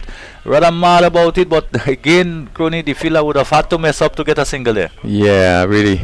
Again, poor judgment and a big wicket there. Murray, we run out there. That ball was hit straight in mid wicket. Let's hit hard. Yeah, and went straight to the fielder. Yes, and a good bit of fielding and a good return, bouncing it into the glove of the keeper, just on top of the stump. He didn't have to do much, and certainly Murray had to go. He goes for 1, and St. David in further trouble. They're 80 for 4. Yeah, and two important wickets there with Murray. Certainly will be disappointed. 80 for 4. St. Mark's coming back really strongly. Still in the 24th over. 81 for 4, in fact.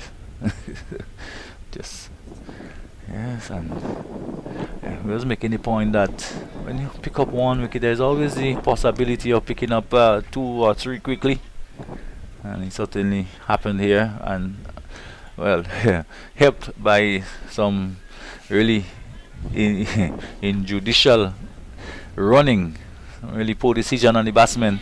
2 run outs, and I think when you have conditions like that, you wouldn't want to be gifting your opponent's wickets in that way. Yeah, certainly. Yeah, when you're in control, you really want to take full control. At 78 for 1, I think they were really comfortably batting.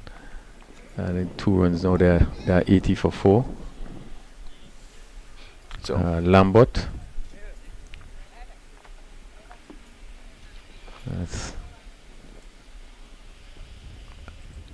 Comes into strike. So both batsmen. Celestine on 1.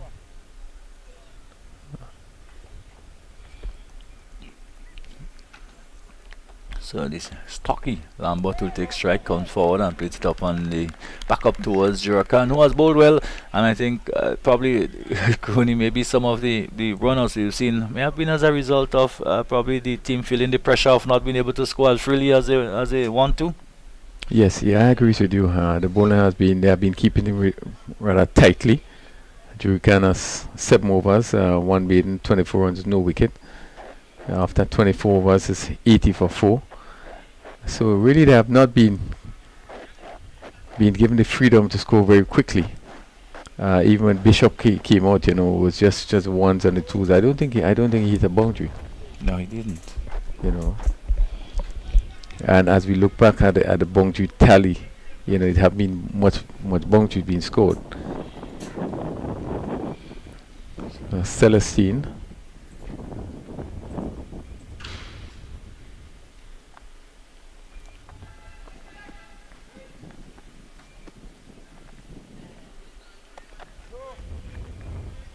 And that's full to the bat. And again, one thought this should have done a lot more. But maybe he's still thinking about the run out. To play himself in. He's just been there he just scored 1. He just had 5 deliveries. And again, no. We can't. This time they will. No. We can't say, Crony, that maybe it's something they got in the food that has. Because they haven't had lunch yet. And the 2 players, I know that one area of Teddy's game is running between the wicket. Certainly there have been an area that is of concern. We have seen even the Murray brothers have been, they have always have been run out. And again we saw it, really it was not his fault, the ball was hit straight to the fielder. What have we seen there, Crony? Is that rain or is it volcanic ash? We've seen something. Maybe a little drizzle just coming through. Yeah, just a little bit of cloud maybe. And again, a little bit of indecision out there by the batsmen. So a few raindrops just to cool the proceedings. But welcoming though. Yeah, rain. just a little sprinkle. Sprinkle, yeah. Just as you said, maybe to cool things. Condition look beautiful. Yeah. Beautiful. The sun is really shining down. The batsmen do need cooling out there. They seem to, I don't know. I don't think it's anything to do with the beverage that they've had. They have had quite a bit of refreshment so far. Yeah, I think they all will probably had something different. We have no meal have been served on the ground as yet. Yeah. So it's 81 for 4. They just 2 deliveries short of the 25th of the halfway stage. So we were probably looking at earlier thinking 180. So maybe except if somebody really bat pretty well from here, probably will be looking at a total a little bit less than that. Yeah, I think they would be disappointed if they get to me anything under 150. Yeah, it would be a disappointment. I think the pitch is playing very well. Yeah, and the start they had, I think they would have really want to push on. Yes. And push on. Lambert, who is on strike now, will want to do. He has not yet scored. So the reach is short and pulls and knocked down there at mid wicket. And a single resulting. Mac generally haven't been too bad in the field, maybe except the one run out chance, but again it was again gifted to them after the miss. Yeah, as you see, yeah, really a sprinkling, cool things, which would make it a little more difficult for the spinners. And this is full to this one is hit down to man on the this square leg boundary. We've seen two similar shots like that to Lamb, but probably wanting to hit the ball too hard and probably just losing the form and ball coming off more the inner portion than the middle of the bat. And one of which brought about the run out, and again,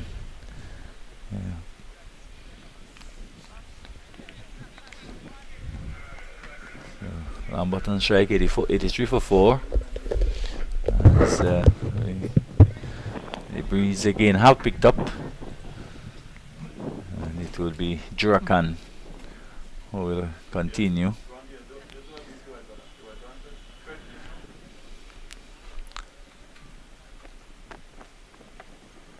Down the leg side, and the umpire signal a wide. Celestine try to turn it away, fine down on the onside, didn't quite make contact. So we in over number 26, the start of it, 84 for 4. And coming forward and opening the face of the bat again in Celestine and can't score. So extras so far is 12, so extras not doing too badly. 12 out of 84. Jurakan goes back merrily back to his mark and passes the umpire now. Celestine is hitting it in the air and hitting it over the man at mid-off. A good shot it goes, 1-2 bounces into the long off boundary for 4. So some aggression and delivery which was pitched up, and Celestine finding the freedom, finding the room to free his arms, and hits it over the head of the fielder at long off, and it goes away for 4. So he goes on to 7, 88 for 4.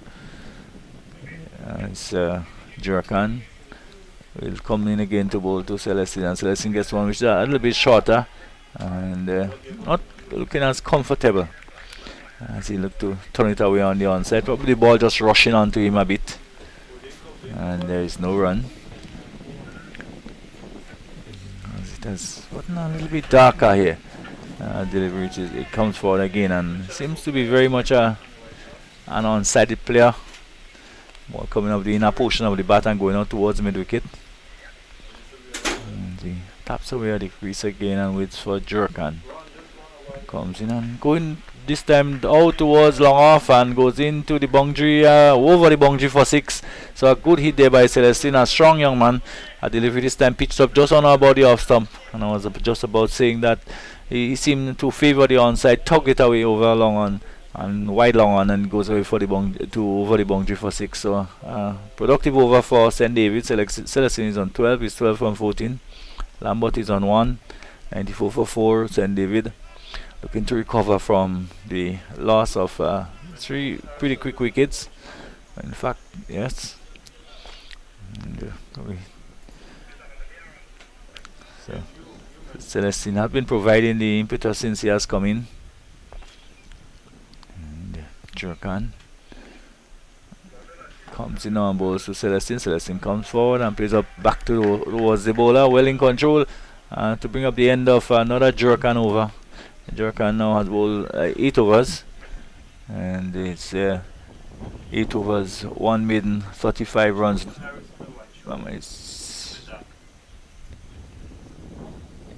Yes, 35 runs. No wicket. He should have taken probably 1 wicket. Jurakan? No. 2. Huh? Yes. Just been misled a bit by what I'm seeing on the screen. So it will be Lambert who will take strike from Gangadin.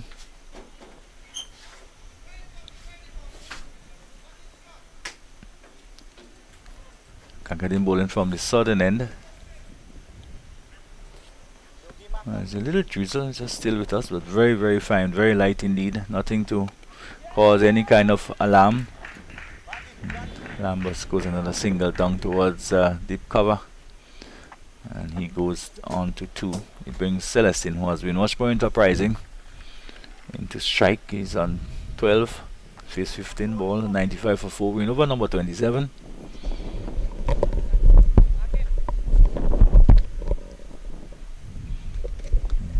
See what type of feel. Lambert seems inclined to hit the ball in there, but always seem to tug it on the onside.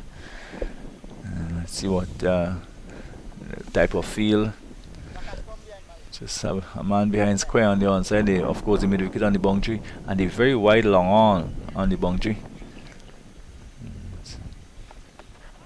He's going to pull it away on the onside.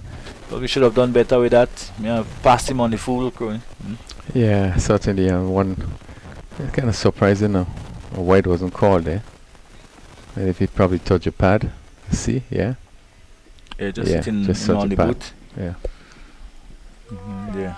Again, trying to closing the face of the bat and trying to hit the ball away on the onside.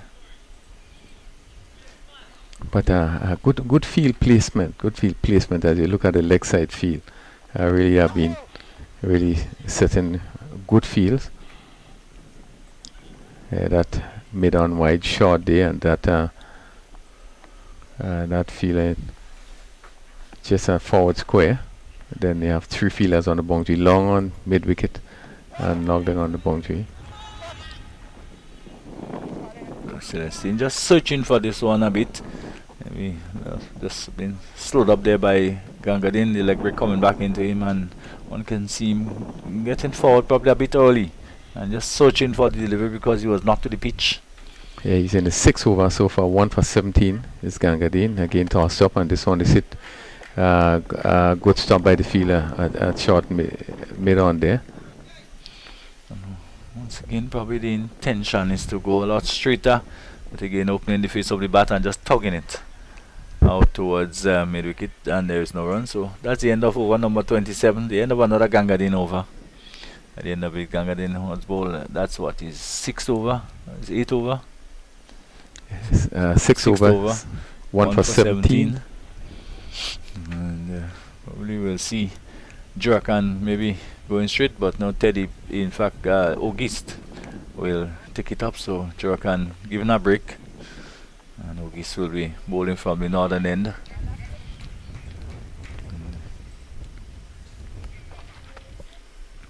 So more slow bowling, more spin in operation. Yeah, we have quite a bit of slow bowling. So far we have Jurakan, who has bowled 8 overs, Gangadin 6 overs. Then we had bowling up Anju, Alexander and Philip.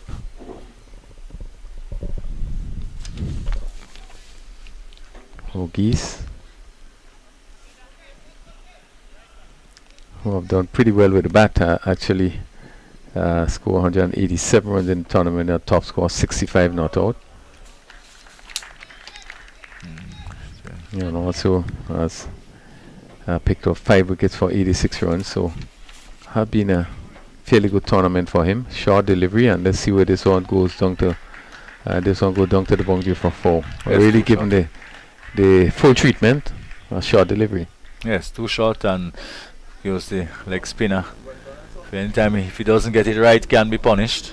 Too short, and Lambert just rocking onto the back foot and playing it down almost through this a straightish mid wicket, and he went away to the boundary for 4. So he goes to 6. Lambert 99. So just one shy of the 100. Yes, here is August. Goes to Lambert. Lambert comes forward and plays it up towards extra cover.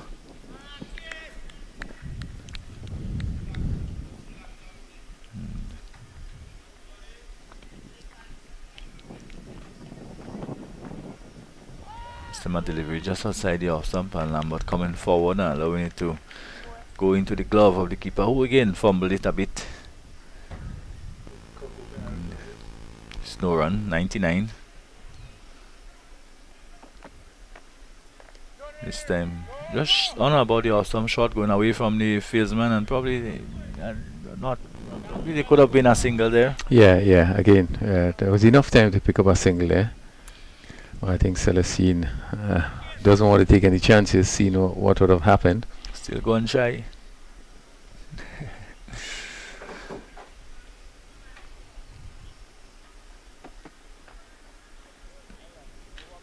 So not a really can't say an impressive over, but one which saw 4 runs, and for the rest of it has been really deliveries outside the off stump, going away from the batsman which was left. So at the end of it, Ogis has bowled his first for 4 runs, 99 for 4 still. Lambert is on 6, Celestine is on 12. Yeah, and he was very consistent in terms of his off stump line, giving the ball a bit of air, and outside the off stump, just leaving the right hander. But again, Lambert was not inclined to play for most of the deliveries. He got one shot on which was hit down to mid wicket for 4. But not asking the batsman to play as the ball was wide off the off stump. This is full to the bat and hit down to the field again, down at sort of square leg on the boundary. Celestine not being able to take, full charge of those bad deliveries, not being able to hit it correctly, just seemed to be coming off the bottom and bat. Here again, looking at the big swing and just looking to hit a bit too square. Yes, very close face of the bat.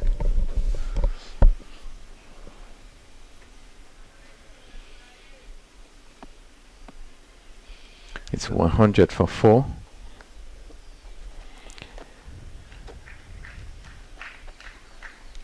Lambert leaves again outside the off stump. The leg spinner pitching just about 6 inches outside the off stump, so no way will it threaten the stumps.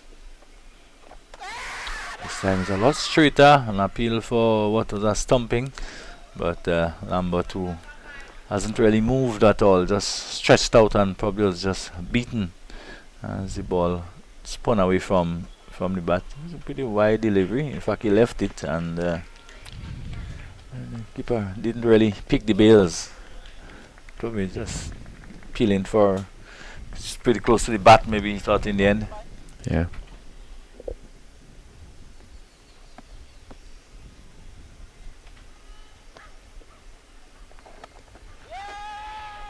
It was stabbed out on the offside, and they feel that backward point there, just using his boot, stopping it effectively, but couldn't prevent the single. So there was another single for Lambert to take him on to 7. 13 is Celestine. Yeah, very, very quiet period. St. Davis probably looking to rebuild. Having lost a cluster of wickets. St. Mark's will feel that really they can get into the bottom of it, and this one is hit down to long off, and let's see, the fielder is settling under it and takes a really simple catch. Again,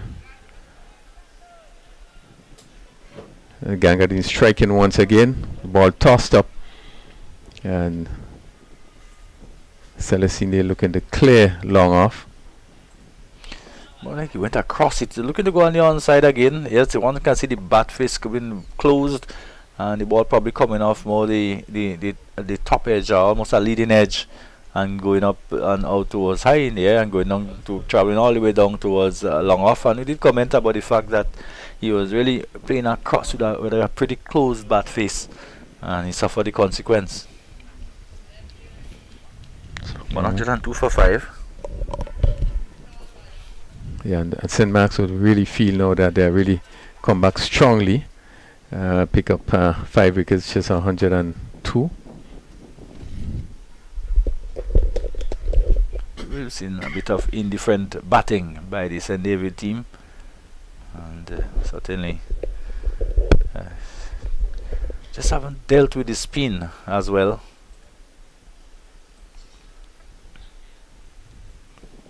As Rishon Murray wearing the number 2 shot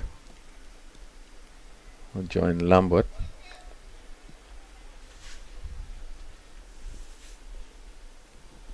It's 102 for 5. got 29 overs being bowled. Even the rate of, we are seeing quite a great deal of spin. Well, that's what St. Mark is actually known for. There are a lot of spin bowlers from the, of course, the guys come from the, most of them from the, would have come from the Red Mud area. I don't know how well you know Red Mud, but it's a small village just tucked away basically on their own. Yes, and Max would be the happier team. I mean, at 78 for 1, you know, St. David's would have figured that really they were in a position to press on. No, it seemed to be challenging the first, the 120 they scored against St. Mark's last weekend, having lost 5 wickets for 101. So it will be Ogis to continue. And it will be Murray to take strike. And this time getting a bit of bite and turn.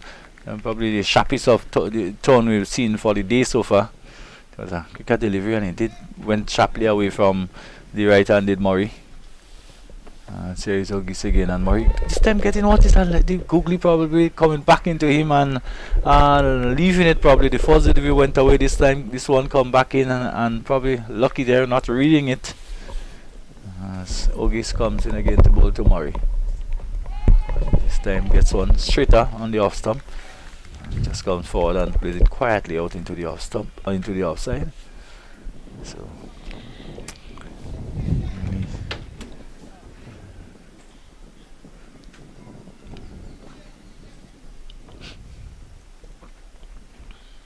we had the 38th over, 101 for 5. So Geese again, good leg spinner, giving a bit of air. And Murray just coming forward and pushing it back along the wicket. One slip. Again, another delivery given a lot of air and can just coming forward and push it in front of him. So apart from St. Mark probably being the probably would be the more confident team also, having won the last encounter against St. David. So another leg spinner is allowed to go through, spins into the glove of the keeper to bring up the end of over number 30. At the end of it, 101 for 5. St. David just in a spot of bother at the moment. Yeah, just falling away a bit. I think it is more than a spot of bother. I mean, you know, from I think it was 78 for 1 and quickly losing 4 wickets. And when you look at the way the wickets have been lost, the run out, really would have pushed them back. And I think St. Mark now would be the happier team. St. Davis losing really the top half of the batting. I see. Maybe the happier and the more confident of the two teams. As Gangadin will continue from the southern end. Again, good on the delivery. It is just turning in slightly to Lambert, who comes forward and just plays it back to Gangadin.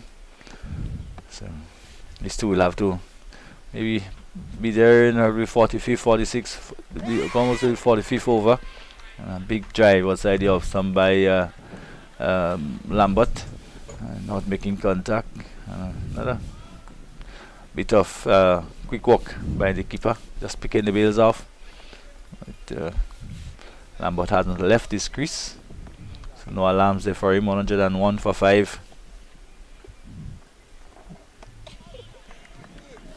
A straighter ball, and what a lazy shot there by Lambert. Just standing up straight and probably looking to play it out into the offside.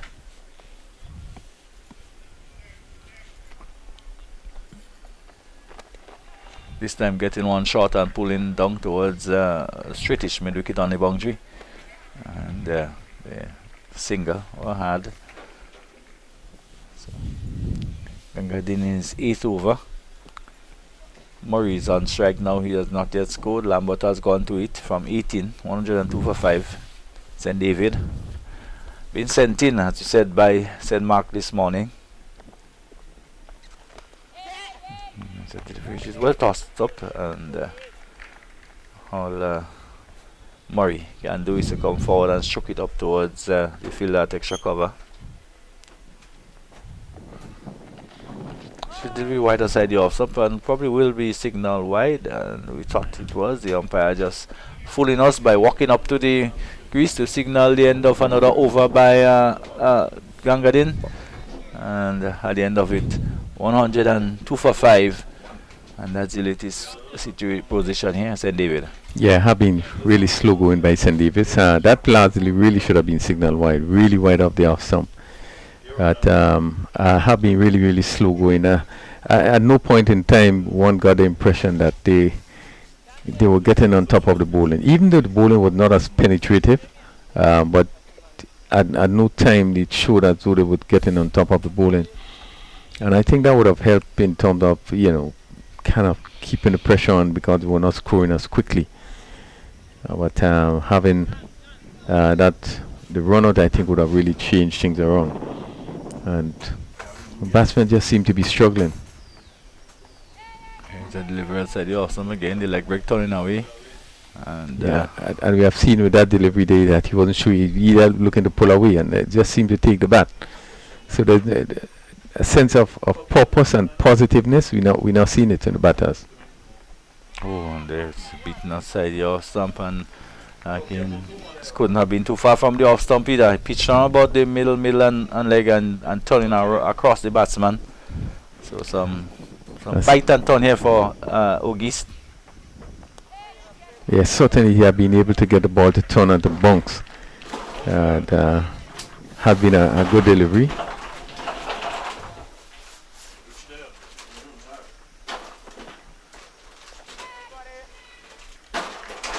A strange technique being employed there by Lambert. Almost allowing the ball to hit the bat. Always look like he's drawing the bat away from the ball. Edged and drop. Well, he played at it this time. The leg break spinning across him, straight into the hands of the captain, who is there at sleep, and he put it down. And there's a sense of unsurety as we look at Lambert, as we look at the replay there. And really wasn't to the pitch of it, and you look at the foot that came straight down, that really should come across so he could get full control. Really a catch that should have been taken. This time he comes forward and allow it to spin through to the glove of the keeper. Good over by Ogis, and getting some turn, really getting the ball to bite, turn, and in some instances some bunks. And this one went with pretty good pace, Crony, to Gangadin. But one you feel that he should have really held on to. Yes, he had time, really should have held on with it, because the batsman actually reached out, stretched forward and reached out for it, and so he had time to see it. But good over bowled by Ogis. He has really been bowling, getting the ball to bounce and to turn, and really creating some problem to the lesser batters. It's really a lovely scene there out there. The type of conditions Cooney would want to be out there, because bright and clear, lovely scene there. As Gangadin starts his 9th. Probably would want to make some kind of amends, but not with a delivery like that, which is down the leg side and goes away towards the fine leg. So we're just getting some glove on it. Didn't seem to be back to me, and it went away for a couple. So 104 for 5. Yeah, just training line there, and the batsman just able to get some bat on it, and it went down to a fine leg position. There's nobody on the boundary, no long leg, so the keeper had to do some running.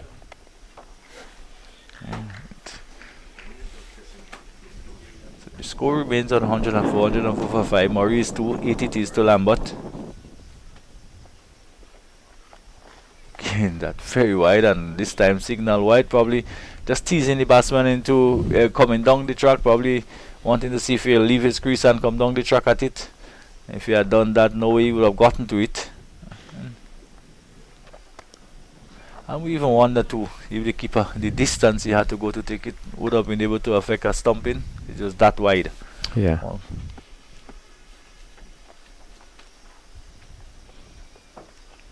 again thrown up, and will be called a wide again. And yes.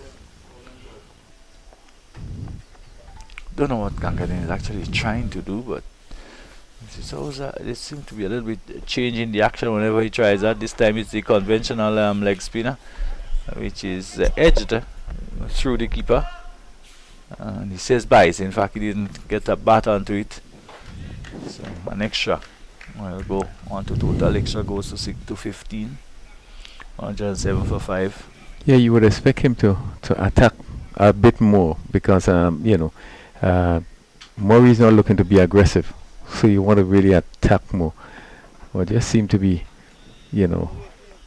just train a bit, releasing the pressure. Edge again, and this time he's caught. Murray coming forward, and again the leg break this time from Gangadin, and edging. And this time it was August who had the safe hands asleep, and more trouble for St. David. One looks at it again, at delivery just outside the off stump, and almost action replay to the previous one. Yeah, and you can see him just opening the face of the bat and just and good catch taken, but you probably could have seen that coming at any time. So he's 6 down for 107, and St. Mark's really would feel really confident in the position they are. And as I said, Justin, challenge to get to the 128. Yes, they would be challenged. And then 107 for 6.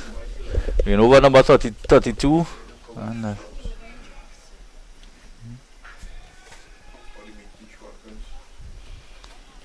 so St. Mark has been able to, from 78 for 1. 78. Yes, to really drag it back. And drag it back, they did quite significantly, and to the point where probably we could almost say St. David are sort of tottering now.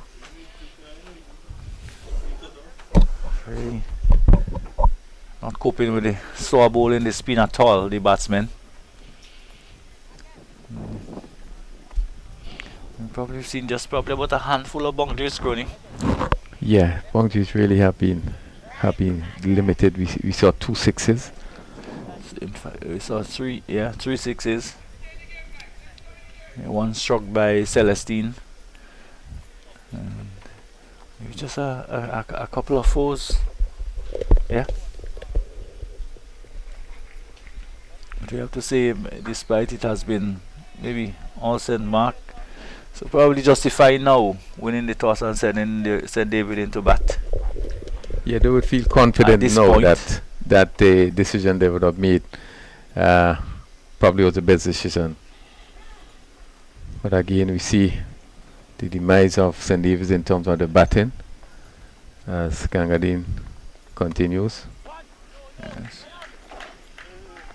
And Gangadin continues to pick up wicket. He's picked up 3 now. In his 9th over, 3 for 24. And 107 for 6 as a single as that. So that brings up the end of the 33rd over. At the end of it, 108 for 6.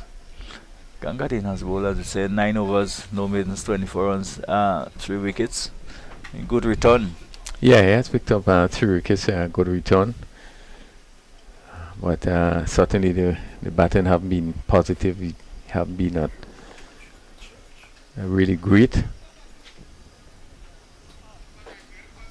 Why is it that the fielders are a bit slow today in terms of balls? Number of balls was hit to not getting close to the boundary. What is sort of is when it's been most of the ball, a lot of the ball have been hit either close to or straight to. Most of the the fieldsmen on the boundary. A series of geese and that's high, probably going over the top of the stump, but again bounce and turn. Yeah, I've been able to take struggle out of bounce and turn. And that's Sylvester, Rikel Sylvester. Turns it nicely down towards backward of square. And a single. This brings Murray back on strike. He's on 2 from 12. Yeah, Sylvester just seemed to be batting a bit late. But he opened the batting at time for St. David's. See, for the under 15 team, he again. Another teasing delivery outside the off stump.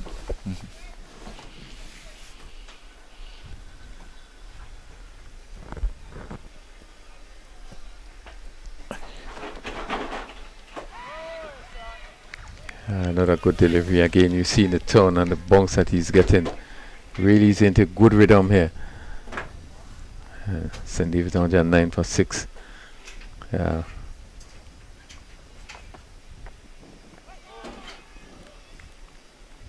Sam just playing inside the line and allowing it to spin away outside the off stump.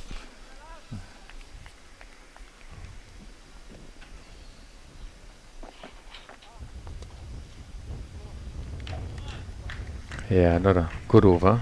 Really bowling in really quick time. We have 34 overs being bowled, 109 for 6. And Ogis has completed his 4th over. So far, none for 5. Yes, he haven't picked up a wicket. He should have probably. Remember in the chance going down to Lambert earlier. So 109 for 6. Murray's on 2. Sylvester is on 2. It will be Gangadin to conclude, to finish, I think, his spell of 10. And it's done the bulk of the damage, picking up 3 wickets so far. Probably want to end, we pick up 1 or 2 more in this over. Will they love to end with a 5-er? Comes in on bowls, the delivery which is wide outside the off stump. Sylvester will have nothing to do with that. Let's go, big man, boy.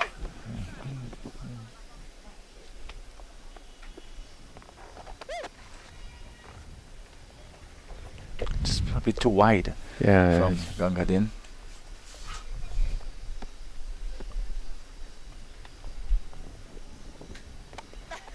Much better. Yeah, I thought he just needed to attack a bit more. And the fact where the batsmen are not coming after him, probably just you need to use that opportunity to attack more. But again, just be bowling a bit wide. Murray comes in to strike. Short delivery hit. Looking to hit to pick that gap between cover. And the fielder on the boundary made no contact.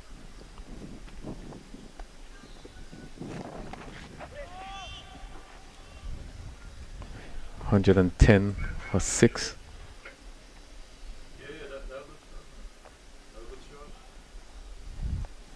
St. Mark's really has crawled their way right back into this contest. Again tossed up and it's on his stroke to cover. Ogis is there. And there's no chance of a run, and that completes over number 35. Bowling the overs over very quickly. Gangadin has now completed his spell of 10 overs, now made 26 runs, 3 wickets. St. David's 110 for 6. Will be disappointed with that score. Yes, indeed, will be disappointed. In fact, when the main batsmen really showed such level of indiscretion, which would have really put them into trouble with the run-outs that they've had, and certainly probably with maybe the exception of Bishop, who was really undone by the bowler, who was really foxed out by the bowler. Yeah.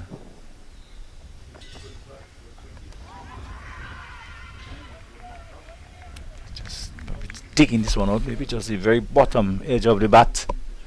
So just kept it out. As Ogis continues.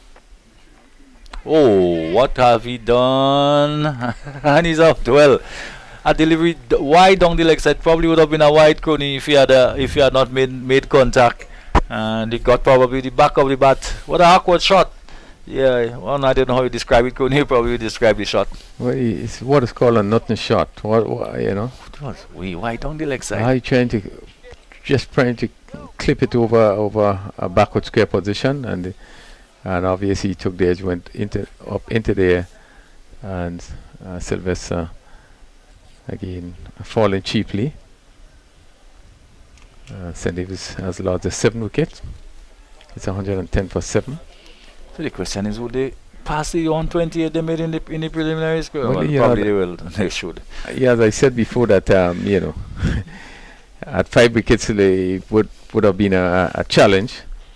Certainly, because they haven't showed that they could dominate or show that they are able to deal with the slow bowling. Certainly, it's really a turnaround from 78 for 1 to 110 for 7. Indeed it was, and drastic 1-2 from 78, and probably one. It was always the fear going in that how the batsman will cope with the spin. So We have really seen our batsmen struggle for big scores. We look at the tournament, and really there haven't been any big score. I think 65 by Ogis probably would have been the highest score. Bishop did score 55 in one game, but it just seemed to be a struggle for the batsmen really to get big scores. yeah, so it will be Lambert and Murray. But I think the start today has been the most positive one we have seen from St. David's. Yes, good start. And one expected at that start that they really they would have been looking upwards of 150, 160. But as you said, indiscretion in terms of running between the wicket would have really turned things around, and that has really haunted the St. David's team. We look at the Bishop, we look at the Murrays, and they have been having serious problems in terms of running between the wicket. One also must give some credit to St. Mark, the way they have gone about things in the field. They have bowled pretty well, and the fielding was pretty good, and they never really let the pressure off. Even when Bishop came, one probably thought we would see other teams playing against St. David would dispatch men out to the boundary and so on and so forth. St. Mark didn't do that. They really kept the fielding, really forced him to look to pierce the field and to get runs, and he never really got off. I think it was really good to see that. Yeah, I think it was good. It was notable that despite they're going at 78 for 1, batting well, they kept their composure. In that the field placing, in my view, was excellent right through, and they kept putting the ball there. And when something happened, they kind of capitalized on it in terms of the run out, and then the loss of the wicket of Bishop, and they kept things. So they really was not releasing the pressure despite. Having lost one wicket very early on, but I think they was able to keep it very tight, and it actually paid off in the end.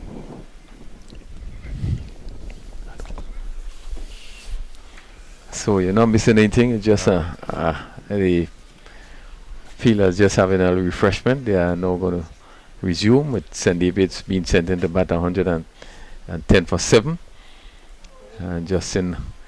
I think St. Mark's really would be pretty comfortable in terms of the situation they're in now. Yes, they must be the happier team, the more comfortable unit out there at the moment.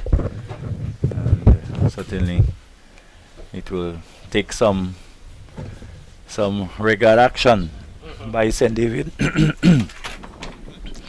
if they are to really post something that would or should challenge St. Mark when they take the turn to bat. So, morning, good afternoon, Gary. Good afternoon to you, Justin, and good afternoon to viewers, wherever you may be taking in this broadcast from. The Republic Bank Rightstart GCA U19 tournament. It's always good to see that the youngsters can be showcased.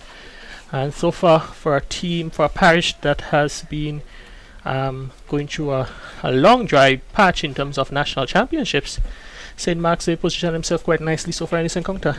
Yes, and well, I guess something must have been happening there. We've seen them actually also in one of the senior tournaments becoming joint winners with, I think it was St. David themselves.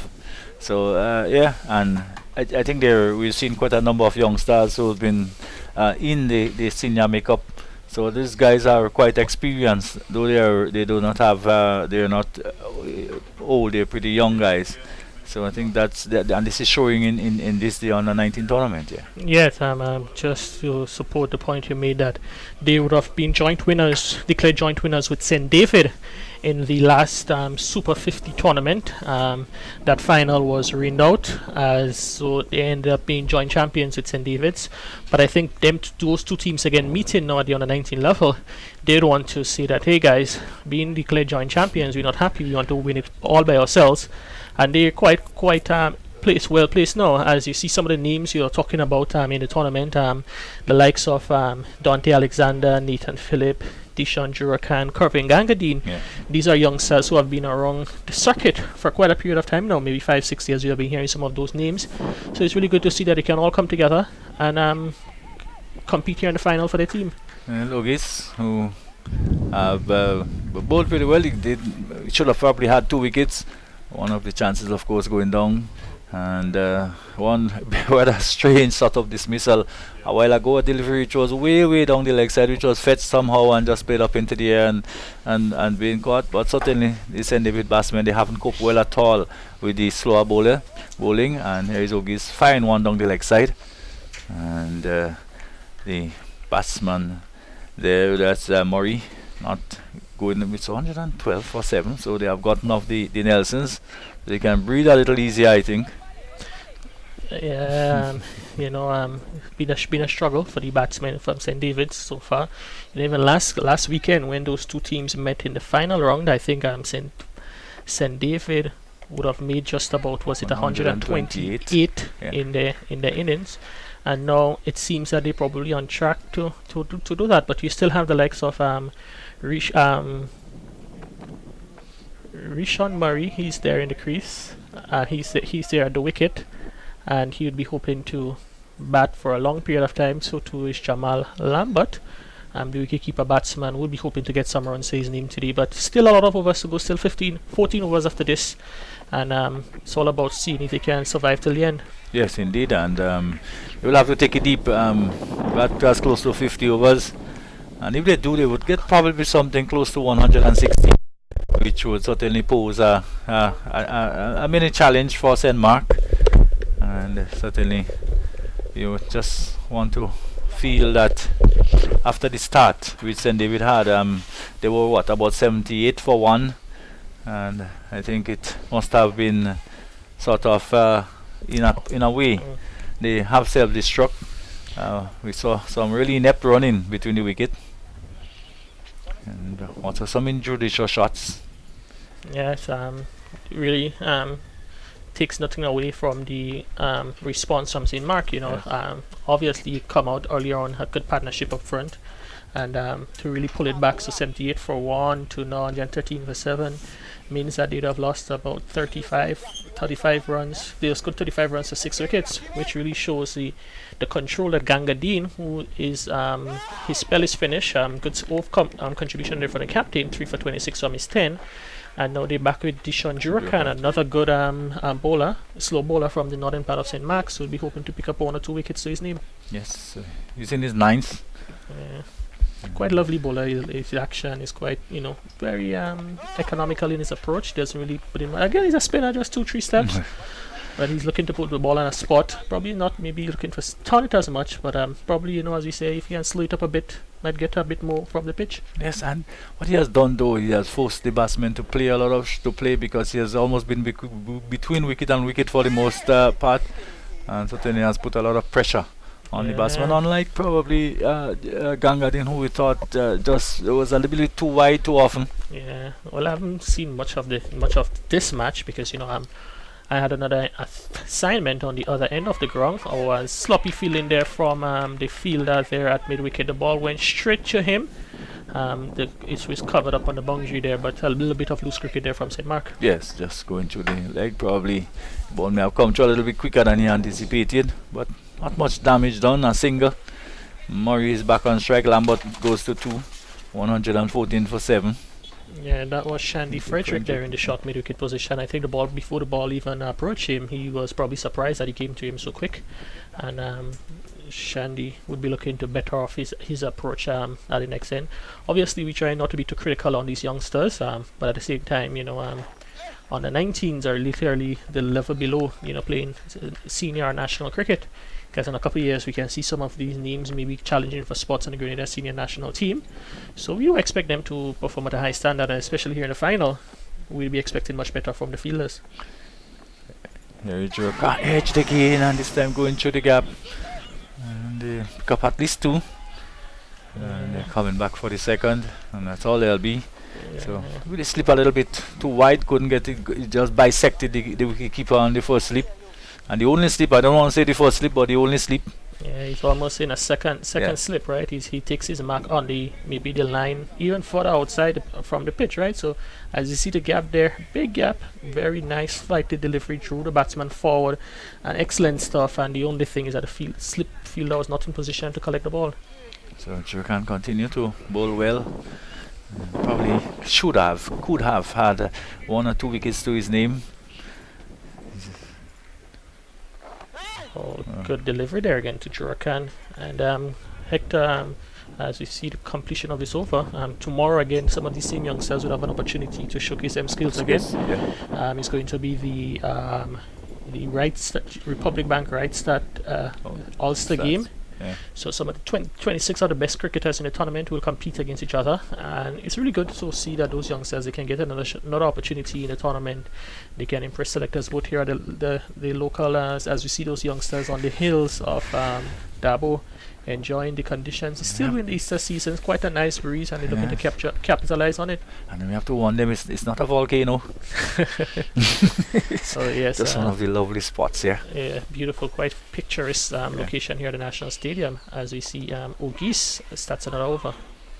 And quite ristily played away there by Murray. And they've gone for another 2. I think we must say though that the running look a little bit more purposeful than we've seen earlier on this morning. Yeah, so as we look at the St. David's lineup, it's quite amazing to know that in the St. David's lineup there are 3 Murrays. Rishan Murray, who is on Rishan Murray, who is exactly Jamil Lambert on strike, but Jamil is out. There's also 3 Lamberts and 3 Murrays in the team, so more than 50% of the teammates of Murrays and Lamberts. As August, again beaten. Well, that was 2. You have to say 2, maybe 3 lucky escapes, and good turn, quite a bit of turn as the delivery was pitched just about middle and leg, and the batsman playing down the line and missing. So this is what Ogis have done so far. He has really gotten the ball to turn, and in some occasion until he again struck in the air, and the fielder diving away, covering Gangadin at extra cover, but just couldn't get a hand to it. And another single. Yeah, the way it's his fielded position there, Hector Gangadin probably might be advised maybe to take a few paces back. Indeed. And maybe get has more time to react to the ball, because he was pretty close in, and before he was able to move, the ball was past him. So probably a few steps back, keep walking in, and he might be in a better position. Again, a delivery which is a bit of indecision again in the running, this time coming off the outer portion of the bat, the batsman just lunging forward, and there's a single to Lambert. It brings to Murray, it brings Lambert back into strike. So Lambert is on 5, Murray is on 5, 121 for 7. So he's nearing the end of his over. Comes in now and a delivery down the leg side, and he'll have to bowl that again. That will run pretty close to the boundary, and that will probably go pretty close to hold up there. Come back for the second. I think maybe 3 wides. Yes, wides. Maybe Kerry in the earlier stages of the tournament, this may have run away. I thought the outfield was a little bit sluggish today. I don't know why. They've tried on the ground, but as we see that one from Ogis, earlier in the over he was slowing it up quite nicely, pitching it and getting it to turn. This time he tried to push it through a bit faster, lost his line, and produced some extras to the total. Now the extras, they've moved on to 21, 19 of which is wide, and if you take away 19 wide from the total of 124 for 7, you can really get a truer picture of the state of the match. But St. David's will be quite happy with having 21 extras in a total of 124. Indeed they will, as it comes to the end of over number 38, still 12 to go, and still lots of possibilities there. Still, I think St. David will be a little bit disappointed if they probably do not get in excess of 160. Yeah. The stat they've had, and we were even talking about 180. Again, Okay. Yeah, so we'd also say good day to all our viewers. We know that this match is also being broadcast live on WPG 10, and you take it in the action here from St. George's, Grenada, the final of the Republic Bank Rightstart under 19 tournament, and we're quite pleased to have you joining us this afternoon to witness competition here on a 19 level. We do know that cricket at this level or this competition is a rarity these days, Hector, but we are quite pleased here in Grenada to have be at the final stages of this tournament. yes, we are again a delivery on target, and Murray just comes into line and plays it back up. I think those of us who can't come to the stadium, as no one is actually allowed to come to the stadium, the fact that you can sit in your or even in your vehicle or anywhere you are and view the live stream, I think it's a very good thing for not only the viewers, but of course the cricketers who are on show. Oh yes, most certainly, and I think, Hector, that those age seeing that their performances are being broadcast across Grenada and a number of countries in the Caribbean where WPG 10 has reached. It's really a plus to those youngsters, and again the stream is being beamed across the world to many corners of the world where you have Grenadians in the diaspora. They can tune in to see what is happening here at the National Stadium, so it's really positive for those youngsters. And again, thanks to Republic Bank Grenada Limited and all those who are involved in making sure that this tournament here is a reality. It would not have been possible at this high standards without them. Yes. So we're talking not only about Grenadians around the world, but cricket lovers around the world who has been starved of the game they love so much for such a long time. As Jurakan is in his 10th over, he's bowled pretty well. Comes in and bowls, and this time bowling a shorter delivery, which probably Murray not showing any kind of inclination to attack at the moment. Probably just looking to consolidate and take it deep, take it down to probably the last 5 overs of the encounter. And just chopped it down in front of him. 124 for 7. So Jurakan has bowled 10 overs, 2 maidens, 39 runs, no wicket. But again, as we said, he could have been 1 or 2 quite easily the way he has bowled.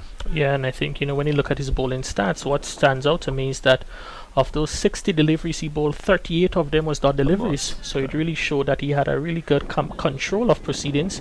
He conceded 2 fours and 1 6. But with the 3 wides, I think he'd be quite happy. It would have been better if he would have had a couple of wickets, as he would have alluded to. He should have had next to his name. But very good effort there from the youngster from St. Mark. Lambert and going for the second, and is making it in the end, having to put in the dive. And but a bit of good to see a little bit of urgency being showed by these two in terms of the running between the wicket. Oh yes, as the intent is certainly there, and the partnership so far they've put together 16 runs. Jamal Lambert, the wicketkeeper batsman, he's 7 on strike, and with him is Rishan Murray, he's on 5. The coach, Clyde Telesford, would be hoping that they can stay out there for a few more overs still. They so far seem to have no control, no problems against the 2 spinners in operation. Yeah, you had an edge which flew through slips a couple of overs ago, but other than that, they seem to be in control of proceedings at the moment. Lambert seemed to be quite risky most of the shots he played, and in the air there, and it goes down towards the fielder at a very wide long on. Yeah, seems to be Nathan Phillip in that position. And Nathan would have represented Grenada in the under 15 level a couple of years ago. He was part of that victorious team that really trampled all over that on the 19 tournament. On the 15 tournament, I think Grenada would have won all matches played. A number of those players in this match would have been included in that, including the likes of Kurtson Murray, Dishon Jurakan.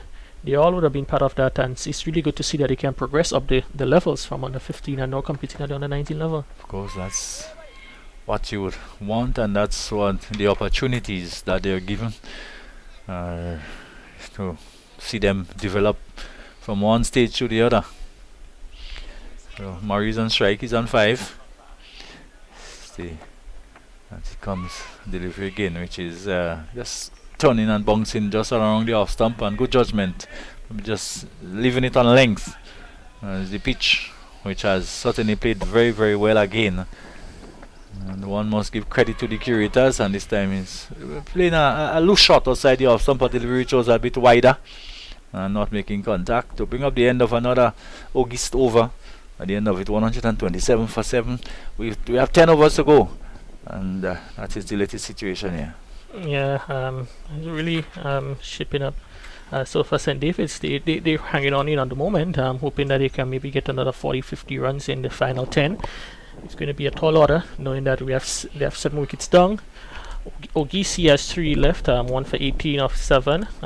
Nathan Phillip is he's had 3 overs, so he should be maybe doing some bowling, but it looks like he's going to be Kelshawn Andrew is going to be back. Kelshawn, probably one of the best seam bowlers in the tournament. He's had quite a good spell all year on up. Bowled some very good deliveries. Had the batsman in a bit of bother. He picked up the wicket of.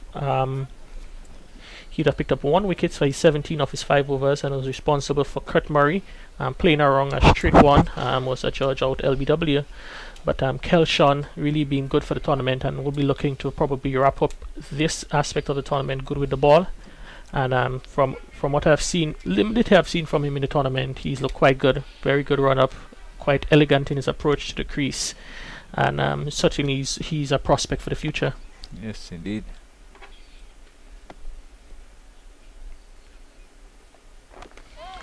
Delivery is right on target, and with what we've seen earlier, we don't know if at this stage he will be able to get the same movement he got this morning. The ball certainly got the ball to come back into the right-handers and to leave the left-handers.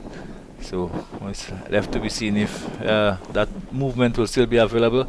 Of course, we have a pretty strong breeze blowing across from almost east to west. Yeah, that one is a bit badly lined there. He got the keeper going down the leg side, maybe hit on the ankles. That is Sheon Andrews. Seems to be in a spot of bother at the moment as the batsmen they cross over for an extra run. So Andrews is asking for some assistance, as you see that one control they lost and hit directly on the ankle there from Andrew, and certainly Hector, those can be quite painful. Indeed, one knows the shock wave that it sends through through the body.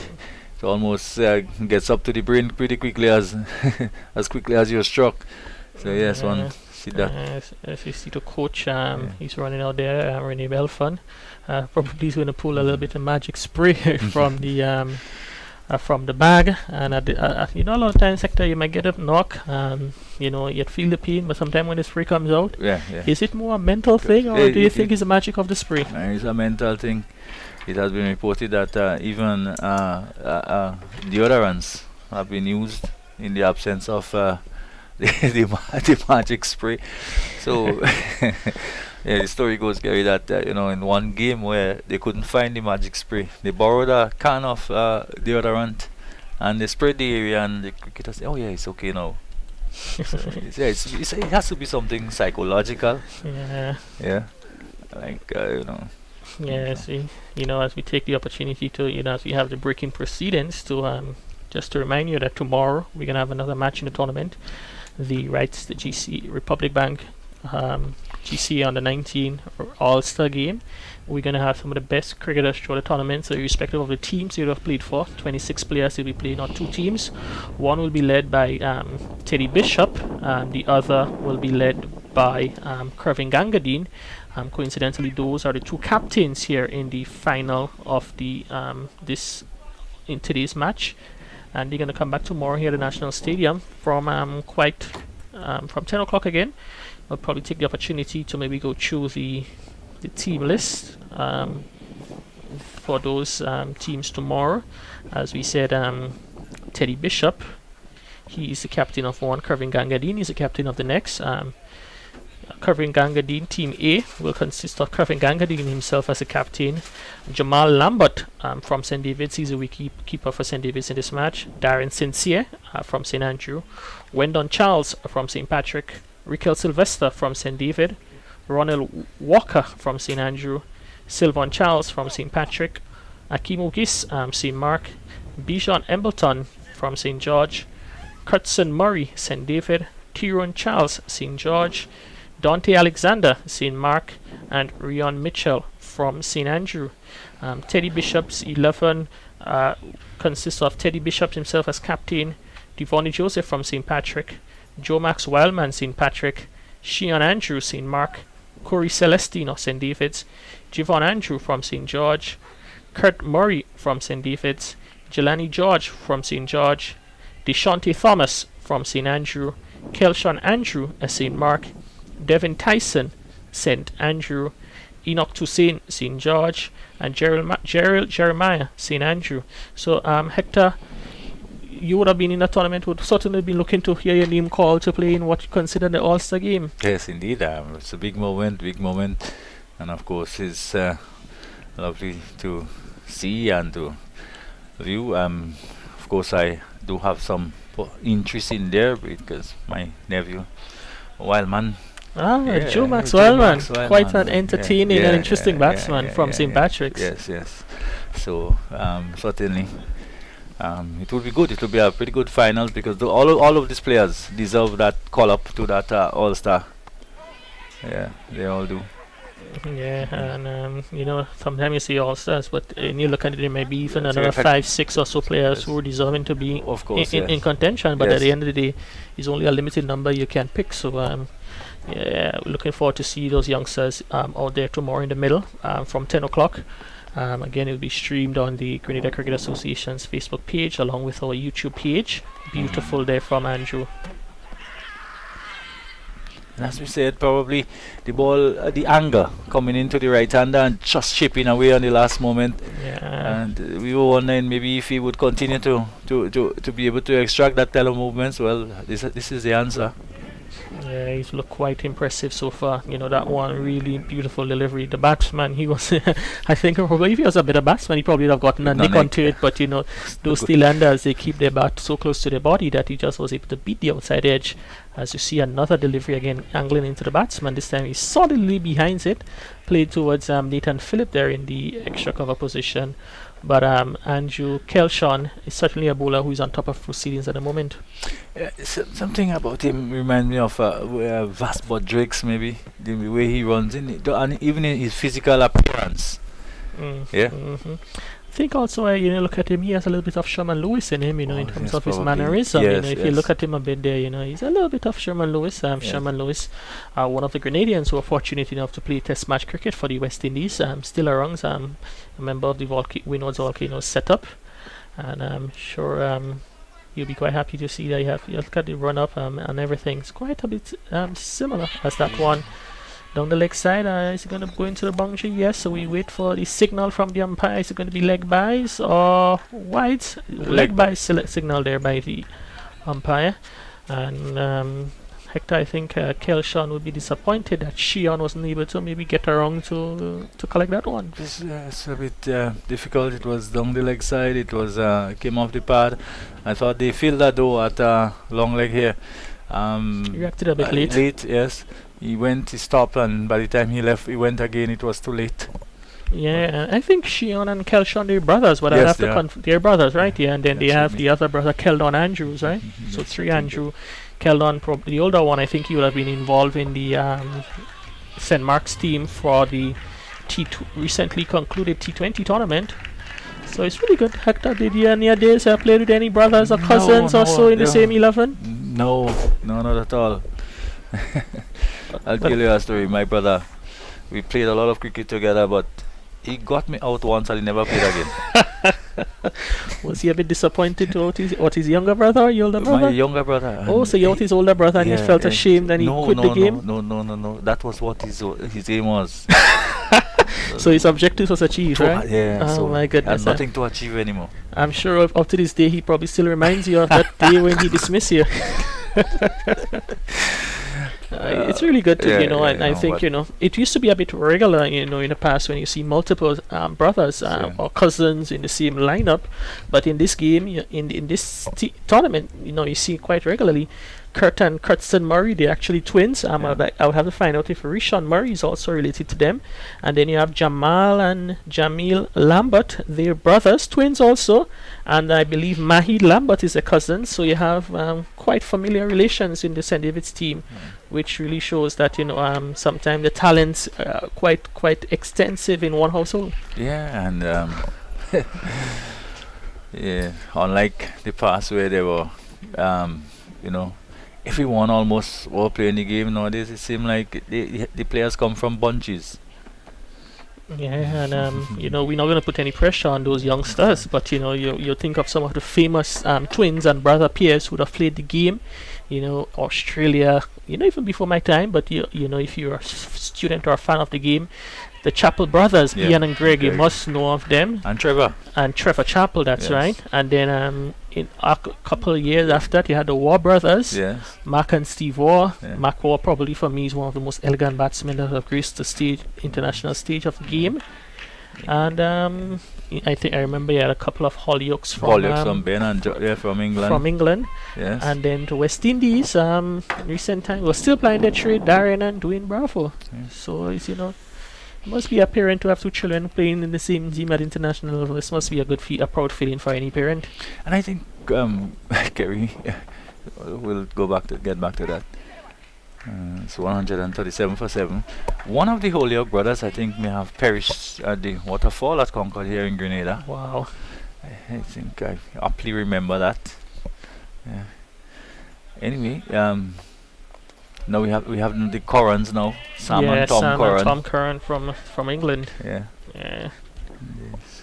So it's quite we hope that maybe we don't want to put any pressure on our youngsters. We just want them to develop. But when people who have seen the game, they look at the likes of Kurt and Kurtzon, they like, these are two youngsters that can really go find the game. We know they still have a lot of work to do to reach those those levels, but from the time they would have come through on the 15 levels, persons would have spotted their talents. And again, kudos to all those who work with them. We want to recognize Coach Ray Duncan from St. David's, who have been working with them from quite a young age, and the other coaches and the other teachers at the schools and so forth. But we know that once those youngsters, they put in the hard work, they can achieve it. And the sport of cricket is something that you can't really go find, right? You look at the amount of Grenadians who we can consider professional cricketers as part of the Windward's Volcano setup, who would have played for West Indies. Quite a good number in recent years. So, we're not saying that you should probably not play other sports, but cricket is one of those avenues where you can get to the top quickly. Yes, and not only that, but also can take you out of poverty, if I should say that. An opportunity to make a decent living for yourself off the game, if you're really serious about it. Yes, the real side the off stump again, just chipping away. Yes, and we just saw just a message there in the chat there from Perry Gibbon. How could I forget the George brothers from Westerhall, Kel and Kel and George. But if you go before that, the other three brothers again from St. David's, the Sylvester brothers. John, is it Kestan, I think? And John, John Kestan, is it Angelo? So we've had quite the brothers peers in recent times, who have done really well for Grenada. And it's good to see that they're continuing even to this day and age. And what about the Thomases and the Fredericks? Oh yes, quite out. From St. Andrew, of course, Evelyn and Bata and Denison and Evelyn and Daniel and all the guys. So it's a whole lot of them. And then if you're talking about brothers, you also have the likes of Devon Smith and his brother, is it Daniel Smith? And persons who would have seen him would have said Daniel was probably a very good batsman. Probably disappointed that he didn't go on to the levels that his brother would have gone on to. So and the feeling is that he probably was even more talented than Devon. I heard persons who would have mentioned that he had quite a bit talent about him. So but sometimes in cricket, as we know, talent is sometimes only a percentage of it. You need the other breaks and the attitude and the discipline to stick to it, to really fight through tough moments to rise to the top. A good short delivery there from that is Kel Sean had the batsman, that is Lambert, behind it to scoring up a bit, and it's good to see that the youngster, even back in his second spell, is able to generate quite a bit of pace and keeping the batsman alert. Indeed. And thank those who are probably tuning into the broadcast, and of course are reminding us of a thing or two. Sometimes they look to the commentators to inform, but they too have a lot of information too they can lend to us. Yeah, and I think the beauty of this broadcast, it's been via social media, quite interactive platform. So you can chime in with your comments in the chat. We'd read some of them when we get the chance, and you can probably share your memories of playing under 19 cricket. I know a number of you would have played at the under 19 level, maybe 5 years ago, 10 years ago, or maybe 15, 20 years ago. It's really good that you're tuning in, and we want to hear from you in the chat, so type your comments. We see we have Krishna Singh, who is watching from Guyana. We hope that you're having a wonderful day in Guyana, and it's good that you're able to take in some of the actions right here from the National Stadium in St. George's, Grenada. So just let us know where you're watching from in the chat, and let's make this a bit more interactive. Yes, of course. The Guyanese would be, of course, following the progress of Hetmaya out in the IPL. in the IPL, and of course, few West Indian there. It hasn't been easy going for them so far. Pretty rough tournament so far, but that's how it is at this level. Yeah, I think Chris Gayle, Kings, they had a good victory. Is it yesterday or day before they would have won their match against Mumbai Indians, Yes. Kieron Pollard's Mumbai Indians. That game would have been played in Chennai, and so far as you said, it's been a struggle for some of the teams in that area. Yeah, Mumbai won. Yeah, For one, they hasn't. But Mumbai has never really started. no, they're not really the great well, starters, and then it's hoping that in years to come we can see some of those guys who are now playing in this Republic Bank Rightstart GCA under 19 tournament. They can progress to that level where we can see them playing at the highest level, and Hector, maybe 20, 25, 30 years ago, you may say, it's difficult to see a Grenadian there, but nowadays, Hector, the opportunities are much more wide and broad that you can see our cricketers competing at the highest level of some of those leagues across the world. Yeah, well, it would have been that way for even players within a village or community to get into the community team. So, so it would have been difficult at all levels, Yeah, as we see in recent times, the exploit of the Spiceman Andrew Fletcher just returned Grenada a couple months ago, but before that he had quite of an interesting journey across the globe, flying the Grenadian flag. I know he was in New Zealand for the West Indies tour of New Zealand in November, December. Then he went to the Australia for the Big Bash. After the Big Bash, he'd have gone to Dubai for a T10 competition, and after Dubai, gone to Antigua for the CWI Super 50, and then after that, back in Grenada where he'd have participated in the GCA NLA GCA T20. So it shows that cricketers, they're quite busy individuals, from one day here, day in one country, next day in the next country, involved in another tournament. So we must give kudos to the Spiceman for flying our flag, and as we said, we're looking forward to seeing another few more Grenadians step up follow in his footsteps and keep flying the flags, as we're going to see young Nathan Phillip. He's back into action. Previously he's bowled 3 overs, 1 none for 3, and we'll be looking to see if he can get maybe a wicket or 2. So far this partnership has been going quite steady, 30 runs to the partnership, and quite a big contributor to that is extras. Recently when I told you the extras were 21, now Hector, in the space of a couple of overs, it's gone up to 31. Yeah. So 10 runs added in no time via the wides or leg bys. So no, just challenging the judgment of the umpire. It's almost borderline. Yeah, I think. White line. Got away with it. Good day to my good friend, childhood friend, Kyron Nettie Klein from Pomerose in St. David's. I see he's on the live. Good morning, good day to you, Nettie. And one of my very good friends from my childhood days, from my time in St. David's. As that one is edged and dropped by Shion Andrew. A disappointing effort there from the wicketkeeper from St. Mark's. Thick, healthy edge. I was dying on him, but he wasn't able to come up with the catch. It was a wide delivery. Probably would have been called wide had he missed it, but he did manage to get an edge to it. and quite a decent edge, and maybe the keeper should have done better, had enough time to see it really. It's a beautiful scene there, Kerry. Yeah, I think Shion is just really struggling behind the stumps, and that opportunity was just another indication as he's able to this time get wrong to collect a wide delivery down the leg side. But I think Shion Andrew would have cost his team a couple of runs behind the stumps, and in this case he cost his team a wicket. Yes, and it would have been a very important wicket. The fact that these two have really managed to consolidate to a certain extent for St. David, which at one point looked like they would not have gotten to 130. Yeah, Nathan again. He has the batsman, that is Lambert, fiddling outside the off stump to a delivery outside the off stump, as you said, just on the margin of which the umpires use to determine whether it's wide or not. But he seems to be looking to get the batsman. Most of the deliveries are in that corridor outside the off stump, as we see young Nathan Phillip.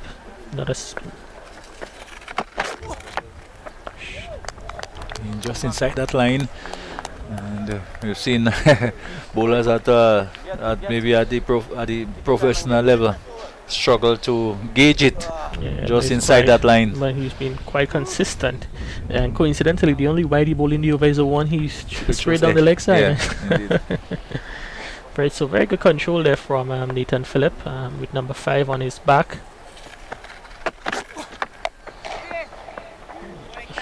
Probably at this stage, you would probably still want to see him get just bowling a little bit straighter. Yeah, That's challenge the stumps. well, I think probably when you look at the field, he's probably saying that he doesn't have any cover on the offside.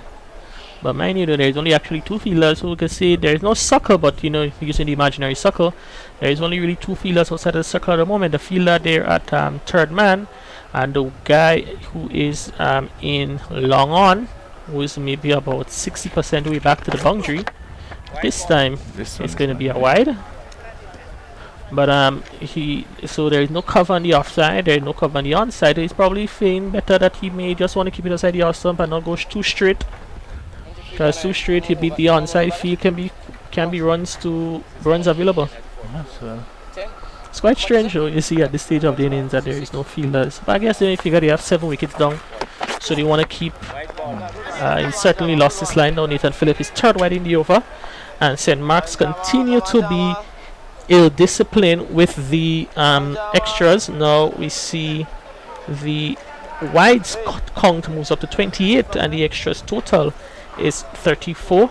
And Nathan Phillip, he's bowled 3 wides. Dante Alexander has bowled 3, and Kelshawn Andrew has bowled 8. Yes, we need to be a little more tidy than that.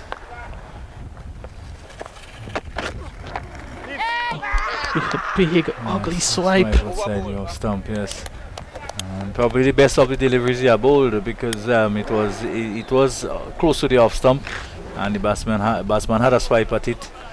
So let's look at it again. Yes, just not quite to the pitch of it. Losing shape a bit Yes. there to his Jamal. Yeah.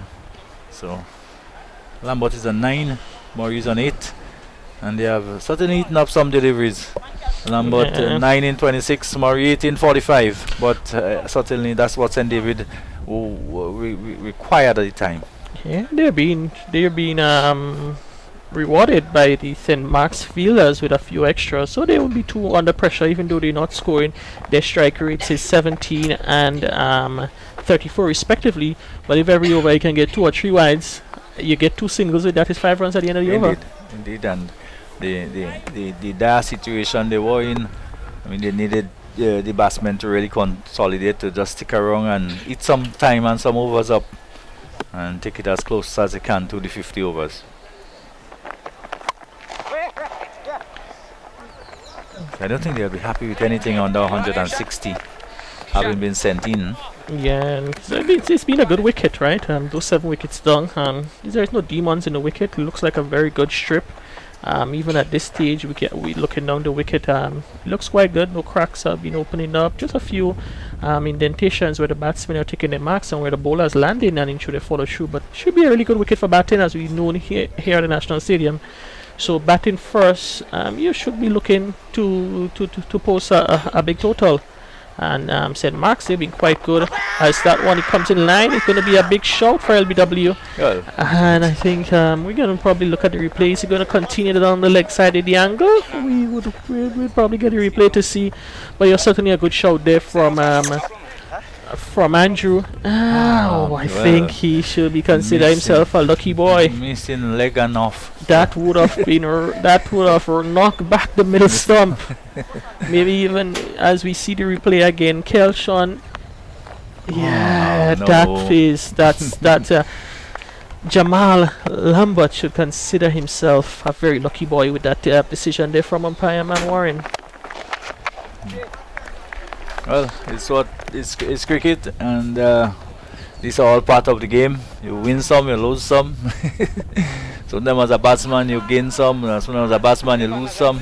Sometimes as a bowler you gain some, sometimes you lose some. So that's what it is. Yeah, at the end of the day, those decisions they balance off, right? Because 2 overs from now he might be given out caught behind, and he'll be telling the umpire, "No, umpire, look at this, I edged, I didn't play." But sometimes they balance off at the end of the day.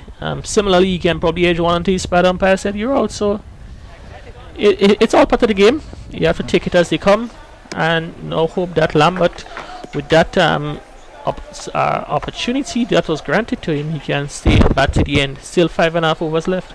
I lifted my finger out because I gave it out, but before you even seeing the replay, again down the leg side. And is that more leg buys? It goes across the boundary for 4. And yes, it's leg buys. Just losing the shape, and that's his second time in many overs. Shion Andrew has been beaten there, going down the leg side. As we see, he's quite stationary on the balls of his feet, and they say if you're wicket keepers, you need to be more on your toes and being able to move. And certainly, not a good effort there from St. Mark's wicket keeper, as 4 more extras is added to the total, and St. David, their 150 is raised to 150 for 7, with the top score of 39 coming via extras. yeah, just a little bit sloppy. There is St. Mark becoming just a little bit sloppy, running just almost. We don't want to say they're running to rags, but no, just a little bit of sloppiness coming into proceedings for them. Yeah, the partnership between Lambert and Murray is 40. And when you look at the batsmen scores, Lambert is 39 and Murray is on 9. So collectively they scored 18 runs, but they've been involved in a partnership which consists of 40. Yeah, and of course extras contributing massively to that. And it's the one aspect of the game that is not only at this level, but we've seen it at various levels where some spinners sometimes even bowl a number of no balls, which is not expected. I don't say it's yeah, but it does happen. So 45 has gone, 150 for 7. So 9 to Lambert, Maurice 9. So Gary, after a few more thoughts from you, Referee Crony will join you to we take just it up to the end of the 50. at the end of 45 with 150, still 5 overs to go. And St. David will be hoping that they can get maybe another 40 runs from the final 5 overs, get as close as possible to 200. As we know, currently the tournament so far we've had 1 score over 200. I think that was St. Andrew versus St. Patrick. They scored 232, and the St. David's batsmen, generally you can consider them, they've been short of runs throughout. Coming into today, Teddy Bishop, he top scored at 106, Corey Celestine, he had 84, Kurtzen Murray at 75. So it really doesn't show indication that he was a batsman that has been in the top through the tournament. But you will want to have something that you can defend later on, and I think maybe 180, 190 might be a total they might be able to successfully defend. Yes, certainly. I agree with you. I was making a point that anything on the 150, 160 they would have been disappointed. But originally at the start they had 78 for 1. One would have thought that they would have get up way beyond 180. This to me is a bit of a challenge. Having lost wickets regularly, and as you rightly said, the you look at the batting of the St. David's team, and the persons that you expect to lead haven't done so. And as such, I think they really would have have to really battle in most of the games. Yeah, most certainly, and a lot of is and that delivery is pushed back there past the bowler. Nathan Phillip is not able to get around to collect hit in his follow through, so the batsmen, they go wrong for a single, and Rishon Murray moves on by 1 to 10. He's into double digits, and he is he's one of the not a batsman in double figures. As we see the scorecard, quite a few of them got into double figures. Jaime Braffett, he scored 40. He top scored so far. Kurt Murray 13, Teddy Bishop 15, Corey Celestine 13, Rishon Murray 10. So it shows that the batsmen, they've got in, but other than Jaime Murray, no one has been able to go on to make any substantial score. Yeah, you're right in that they got start. I think that they played it well, 47 for the opening partnership, and then they would have probably lost a second wicket around 78. So which means that everybody got in, but they was not able to carry on. But I think what would have turned the game is the run out. That run out of Cudson Murray. Of not even Murray, but of Braffett. He was run out. Oh yeah, Jaime Braffett was run out. I think that was a critical run out, and then the next over, Teddy went along the track to a good delivery from Gangadine and got stumped. And I think this is really turn it around. And after that, we had another run out, and that's one of the leading batsmen. So it really didn't go all well for St. David's. Do you think it's the pressure of the final got getting to some of the players? Knowing that it's still a young squad, St. David's, a number of them were playing on the 19 cricket for the first time at this level.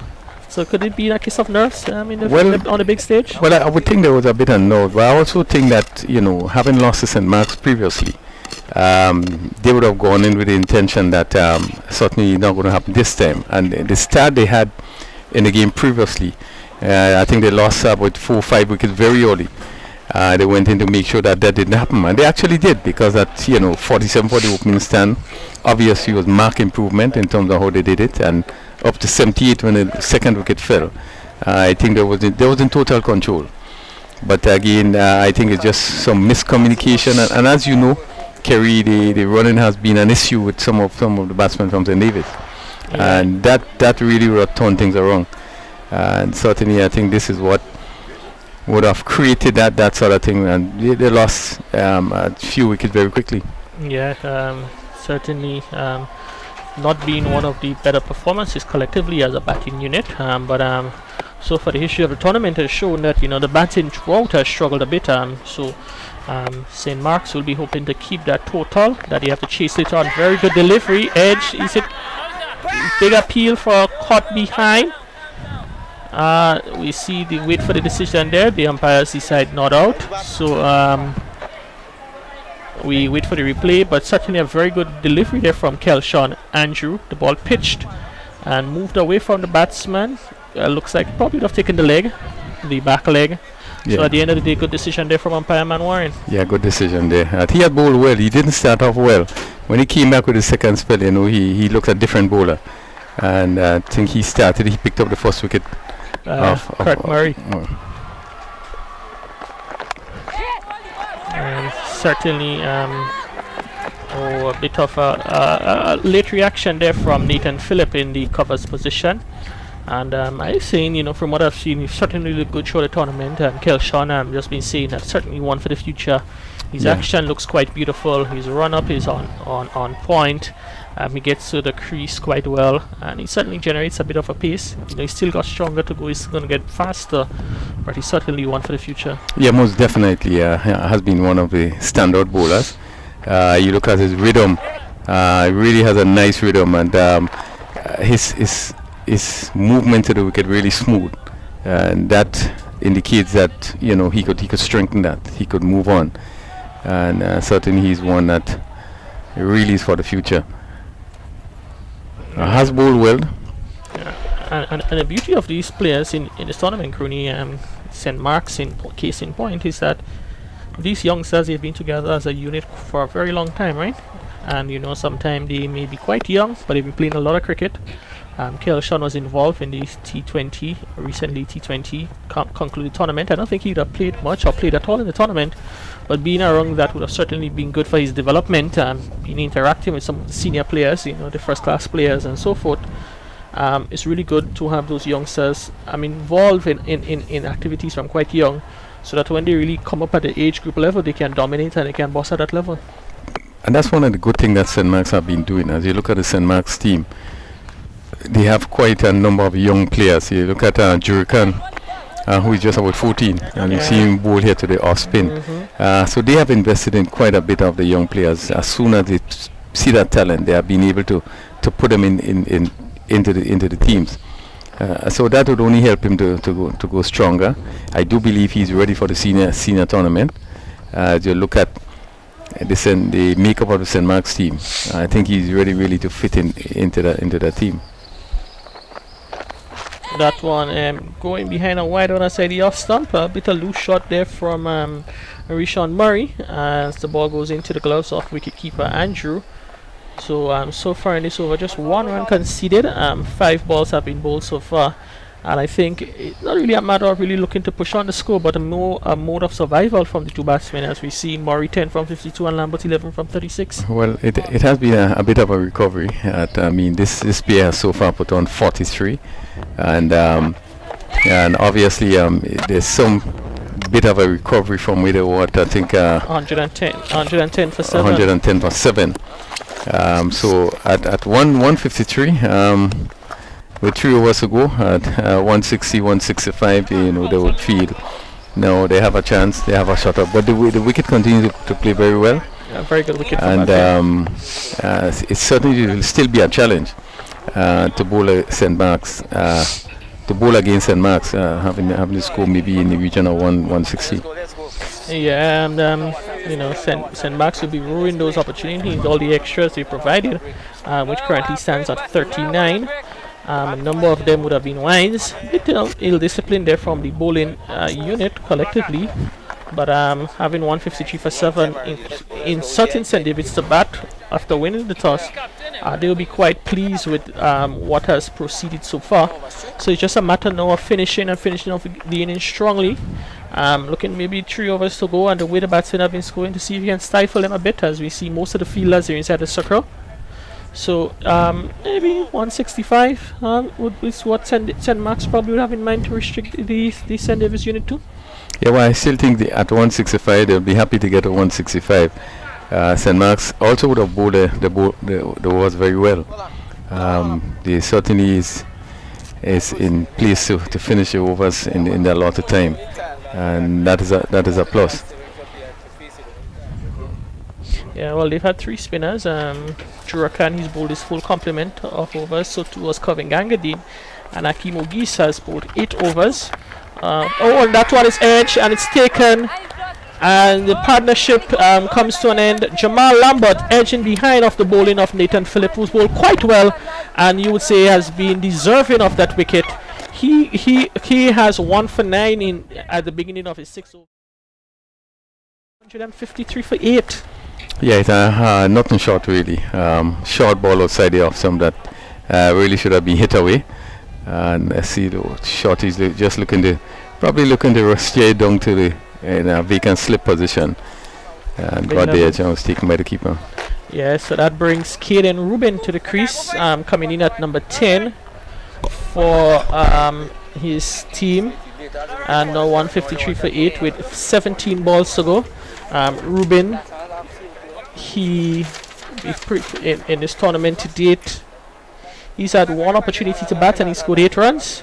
And I'm sure that St. Davis will be hoping that he can go further than that today in terms of his total runs in the tournament. Yeah, well, probably a bit of aggression is needed. Both batsmen, even though they build that partnership, are basically pushing it around, making sure that they stay in the wicket, which is good. But now you have just 3 overs, and you should try to get as much runs as possible within that three overs.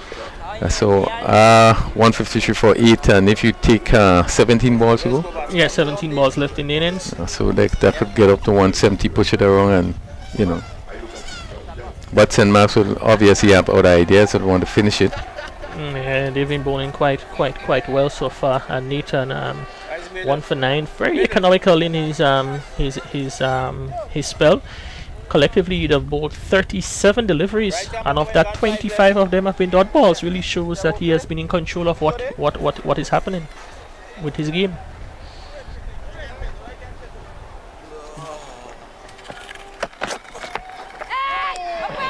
Again, that one has the batsman fiddling outside the off stump. Yeah, actually looking to play the same shot. That one just beating the outside edge. But one has to compliment, I think St. Mark's have been setting some really good fields. Yeah, look at how the field is being set. No slip third man. Point, cover on the boundary. Extra cover and a mid-off. And the leg side field deep backward square, which is such a critical position. That one angling into the batsman there, and so far Nathan has been quite disciplined with his bowling, has kept everything outside the off stump, and this one first delivery is bowled into the pads, as we see the fielder, that is Jurkan, getting back into his position at mid wicket, and a bit open out now the field is, as that one goes through to the keeper, who doesn't take cleanly, but now into the last couple of overs you can see that the team are a bit more St. Mark's, they're a bit more concerned of the big hitting, as we see fine leg, he's about 80% back to the boundary, deep backward square, he's on the ropes, and we have Longor in position, who's maybe about 85% back to the ropes, just about 15 yards away from the boundary. And so too on the outside you have a sweep and we have third man in place, so St. Mark's looking to probably say, we may give you a single or two, we're happy with that, but we don't want to give you more. Yeah, they have been doing pretty well in terms of the field placement, and Nathan has been very consistent, his line has been very consistent, off stump just there and thereabout. That's important if you keep a good line, make it easy for the captain in terms of field placement. And Ruben there looking again to play some way down to third man, making no contact, and that's for second time in the over. Yeah, so one ball left in over number 48, 153 for 8. So far it's been maiden wicket over. Oh my, as that one beats the attempt there by the batsman looking to probably play through mid wicket off cross batted shot. The ball would have beat the outside, would have just beat the stump. Maybe we wait for the replay to maybe get a second look as to what would have transpired, and the ball beat keeper. Well, it's a delivery Andrew. A delivery that's kept low. It was a short delivery, and as he was looking to pull, it just seemed to stay down a bit. Yeah, and just missed the off stump. The off stump, and the keeper again. Certainly not the best day for Shion Andrew behind the stumps. He struggled a bit today, as the extra moves on to 40. So one run off that over on the wicket, 154 for 8 in 48. And Kelshan Andrew, he gets set to bowl his final over, 1 for 26, and final 6 opportunities to pick up another wicket or two to add to his tally. Yeah, well, just to go back with Andrew's keeping, to be fair, that was a difficult one, as it stayed down and it dropped and it bounced, and just was not able to stop it. But again, a very quiet over, just 1 run conceded. Yeah, that one again. So far, Ruben has really been at sea outside there, you know. Everything outside the off stump, he seems not to be have a clue as to where his off stumps is, and playing at everything and missing everything. Yeah, he's just looking to run everything down to third man, and yeah, he should have come forward and played that delivery, and you could see him in no man's land, but just looking to get the bat to it.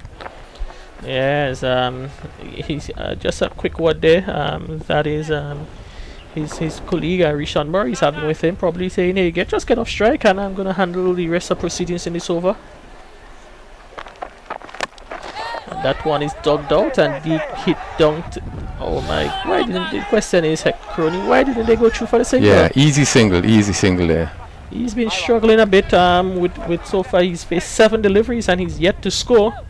And the bats, his non-strike partner, Rishon Murray, was asking him for the single, and he said no. Probably he's of the view that he will be able to hit it out of the boundary. Yeah, he So you might be almost have the saying, strike. He's probably saying that is my call, so I'm going to decide when we run. The ball behind you, bro. Just stay and wait.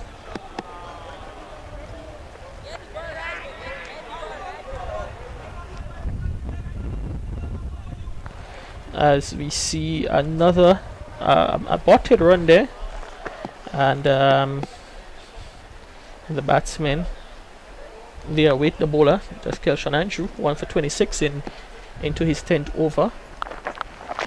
Oh, a big swipe outside the off stump, and I think Cronis and Mark will be quite happy to have Caden Rubin facing. Would have Caden Rubin to face all the remaining over deliveries in that over. So far, 3 deliveries, 3 dot balls in over number 49. And if you're the bowling team, you'll be quite happy with proceedings. Yeah, they would want to keep him at that end. Certainly want to keep him at that end. And obviously probably might be necessary even to bring the field closer, so at least you keep him stuck at that end. Oh, and he's gotten away with that one, offering a wide. Again losing his line there, Kelshawn Andrew. So another extra to the total. That brings the wide total now to 30 wides being conceded in the innings. 30 wides, 9 leg byes and 2 byes. Total of 41 extras in a total of 155. Certainly too much from St. Max liking. And he finally gets hold of one, which is hit down to the fielder at the deep coverage and for a single. So Rubin is off the mark from his 9th after his 9th delivery, and 2 deliveries left in over number 49. Yeah, well, they're pushing up to 160. If you use that, they're probably going to get just around that, maybe just over 160. Yeah, 8 deliveries left. Probably hoping to get at least a runner ball from the last 8. And driven outside the see they're running. They really have been poor running. That should be. But 1 delivery to face. Better that Murray gets the final over. Or probably Rubin will be saying I could get a single and face the final over. Yeah, well, he should probably try to take what he can get off this delivery. Yeah, I think at the most stage, get most what you can get, because it's still only on Jan's 57. At the end of the day, it's a runs game. You need to have 1 more than the opposition. So if a run comes or 2, you need to take it. And it's just an eventful dot delivery. Flashing outside the off stump, missing there is Caden Rubin. So the end of the over, end of 49 overs, the end of a spell from Kelshawn Andrew, who was finished with quite excellent figures of 1 for 29 from 10 overs. He'll be disappointed with conceding 11 wides, which 10. He bowled 10 wides, which went for 11 extras.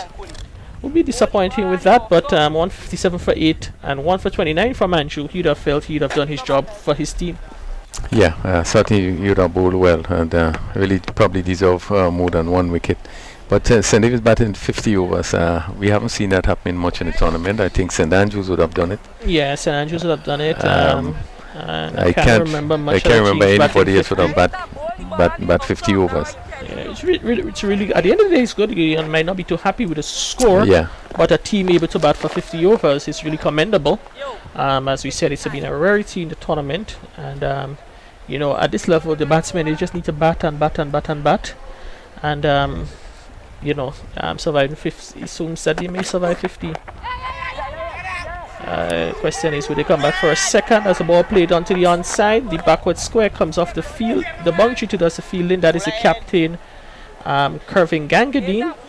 So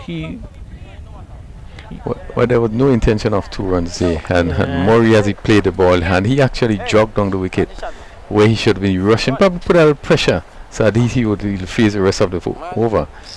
And he was contented just to jog down and take a single. Yes, we see. Oh, thick outside edge. Let's see the running again. Again, the running is the running is it's pretty slow. Yeah, I think they keep content to get in a single. even Murray does seem to be just happy to get back on strike and not really look to put the pressure on, picks up ones or twos. As you know, you put pressure on fieldsmen, they fumble a bit, and here comes an extra run. And at the end of the day, all those extra runs might become goal, quite valuable to the batting team. That's a good shot, played over covers. That's racing down to the boundary. It is going to the boundary for 4. So it's a rarity. We've had a boundary scored into now the final over.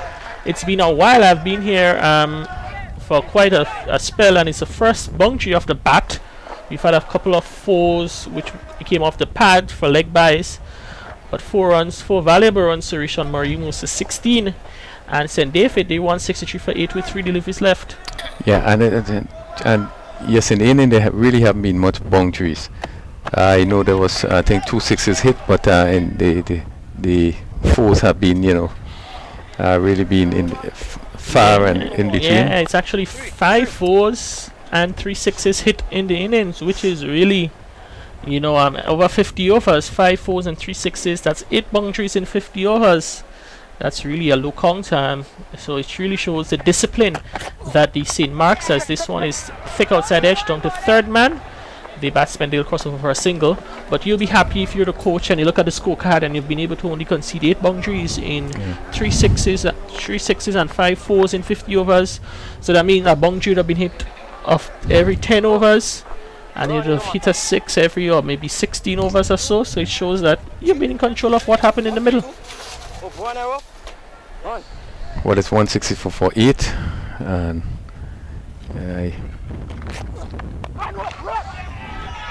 that one they hit down there to think they're gonna come back. They should come back for 2. A fumble on the boundary allows them to cross over for 2. So 2 more runs to Caden Rubin. He moves on to 6. Moves on to 4, and St. David's 166 for 8 as the final delivery is about to be bowled in the inning.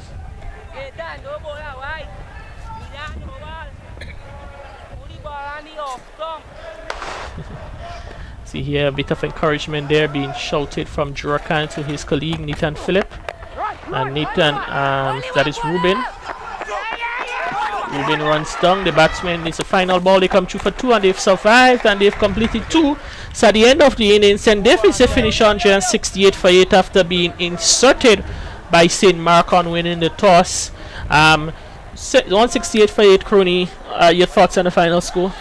Well, it certainly is not a score that I think they expected at 168, but coming from 110 for 7 and ended at 168 for 8, they will feel happy that they have got to 168.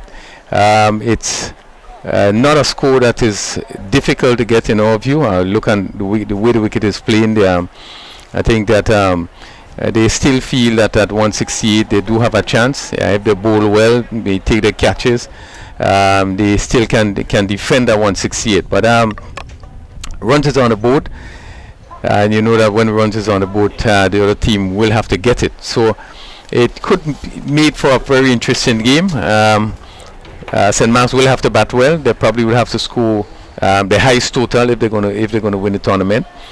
St. David would have just scored the highest total in the tournament also. So it's left to be seen. It could be challenging. Early wickets, you never know what can happen. Yeah, as we're going to take the opportunity to go through the scorecard a bit. We see St. David, they finish 168 for 8 to the batting card. Jaim Braffett, the leading run scorer. One of the few batsmen that were able to score runs with a bit of urgency and fluency about his game. He scored 14, 71, 1426. Yeah, and it was interesting that he opened the batting for the first time. So they would have changed the order, and he opened and he really played a really, really good inning. One get the impression that I think he got tired midway. His run out maybe constituted a little bit of tiredness and the communication between both himself and Bishop, but he really played a good hand. Kurt Murray, he was actually the first batsman to dismiss LBW to Kelshan Andrew for 13. Played around a straight one. Yeah, he was just getting into his own. The over before he played a beautiful sweep shot down to backward square, and you could see him pushing, play the ball up to mid-off with such confidence.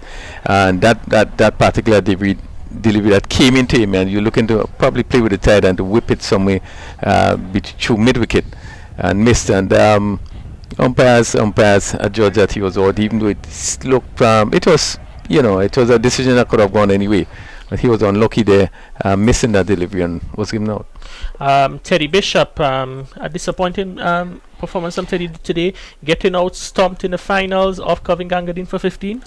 Yes, the way he out was rather disappointing. But I must say that there was a little more, he showed a little more maturity in terms of how he batted today, in that he was not or they just flashing at every delivery. He was using his feet and playing Gangadin pretty well. I think that the run out before would have really affected him, because they were playing well, really affected him, and he went down the wicket, looking to hit somewhere over long off, and a ball which was pretty wide, and it turned away from him, and he was not able to get back. Just a lapse in concentration there to him. Yeah, Critson Murray run out for one. He never really got going today. Unfortunate. It really wasn't a single. The ball was hit by I think it was Lambert. It was hit. Celestine was hit straight in mid wicket, and he took off, and Murray had to respond, and just didn't get in. But he was very, very, very disappointed. Yeah, as we see, Corey Celestine, knowing his team can be a basher of the ball, he hit 1 4 and 1 6, but he really didn't get much. He ended up with 13. Caught Karen Andrew Bull Gangadin. Yeah, he was looking to hit too much on the onside. I thought that you seemingly turning the bat when you're looking to play those drives, and actually he was aiming to hit that ball somewhere over long on, and it ended up down to long off to be taken on the boundary. So he was just needed to get it right in terms of his stroke play. A number of deliveries he got which was fairly full, but because the bat seemed to be turning in his hand, most of the delivery was going square instead of going straighter. So I think that was his downfall. Yeah, we'll look at some of the bowling performers. Kelshan Andrew, we spoke lengthily about him, 1 for 29. He'll be quite pleased with his returns. Maybe he would have wanted another 2 wickets, but 1 for 29. He'll be feeling quite happy now at the midway stage. Yeah, he certainly was the best of the bowlers. I thought his first spell of 3 overs wasn't what we expect, but he came back from his second spell and really was spot on. He was able to move the ball both ways. When Bishop came in, he really kept him tight in terms of bowling some good delivery. So he had a good spell and probably deserved more than one. Yeah, Kervin Gangadin, he was actually to pick up the bowlers at 3 for 26, and the captain will be happy knowing that he picked up 3 wickets in the final. Yes, he picked up 3 wickets. I'm not sure if I'm going to see he was to pick up the bowlers. I thought that the batsman didn't play him well. Not that he bowled well, but they didn't play him well in terms he bowled a lot of bad deliveries, a lot of full toss that really should have been put away, and I don't think the batsman made use of the bad deliveries that he bowled. But importantly, he picked up the wickets, and that was important. That would have pushed back St. David. Yeah, so at this stage, St. David 168 for 8 of the 50 means that St. Mark will need 169 runs to be crowned as champions of the Republic Bank Rightstart GCA on the 19 tournament. The players, they're off for a much deserved lunch break. We are going to go on a break momentarily. We're going to leave you with some materials from the Republic Bank, and to join us, we ask you to join us back in just about 30 minutes time for action after lunch.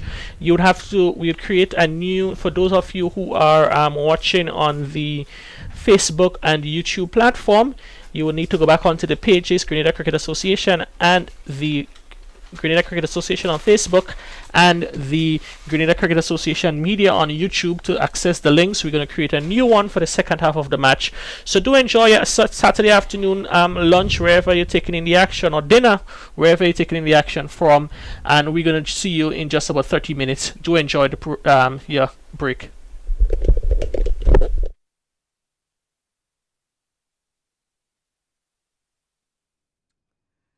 Today is a very special day for us.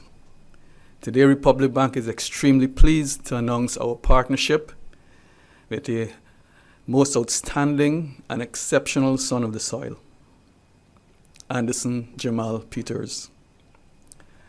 Born October 21st, 1997, this young man, who's getting all our attention today, is from the village of Soubise in St. Andrew. Today, Republic Bank takes a bold step by aligning our goals to his successes. And now it is my pleasure to endorse none other than the young, super talented world champion Anderson Jamal Peters as a Republic Bank brand ambassador.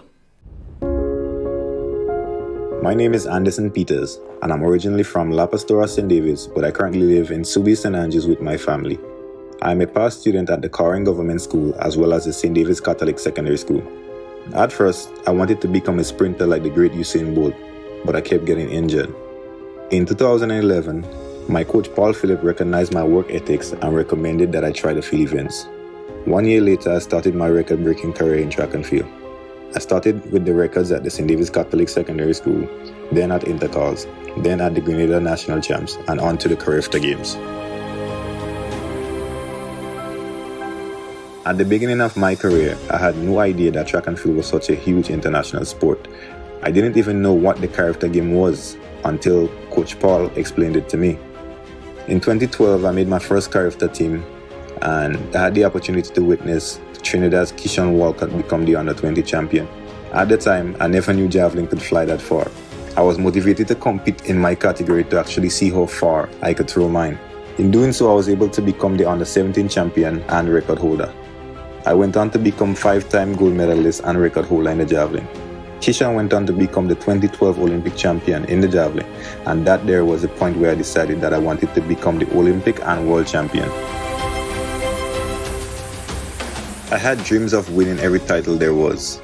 Those dreams led me to become 5-time Carifta champion and still current record holder, World Junior bronze medalist, Commonwealth bronze medalist, 2-time SEC champion and record holder, 2-time NCAA champion and record holder, Pan American Games champion and record holder, and finally, 2019 world champion. Becoming the 2019 world champion has been an astonishing feeling for me as well as the Grenadian citizens. Dreaming of becoming a world champion is one thing, but actually accomplishing it, that is something unique. After finishing 28th at the 2017 World Championship and coming back and winning it 2 years later has been the pride and joy of my career so far. Grenada is a very small country and it has 2 world champions, myself and Kiriani James. That is something every single Grenadian should be proud of. After the World Championships, I had to undergo a left knee surgery. What most people don't know is that I was competing in the World Championships with an injured left knee. After the surgery, I did a few months of rehab and I was finally able to ease my way back into training in December 2019. Then, come March 2020, COVID-19 hit and the world changed. Olympic 2020 was postponed to 2021. Even though it was postponed, I am still grateful that I have 2 years to prepare for the upcoming Olympic Games. Preparation has been going extremely well. I think my coach is pretty satisfied with the results that I've been putting up while still abiding by the COVID-19 protocols. I'm certainly looking forward to making my first appearance in the Olympic Games and battling with the best javelin throwers around the world for the Olympic title.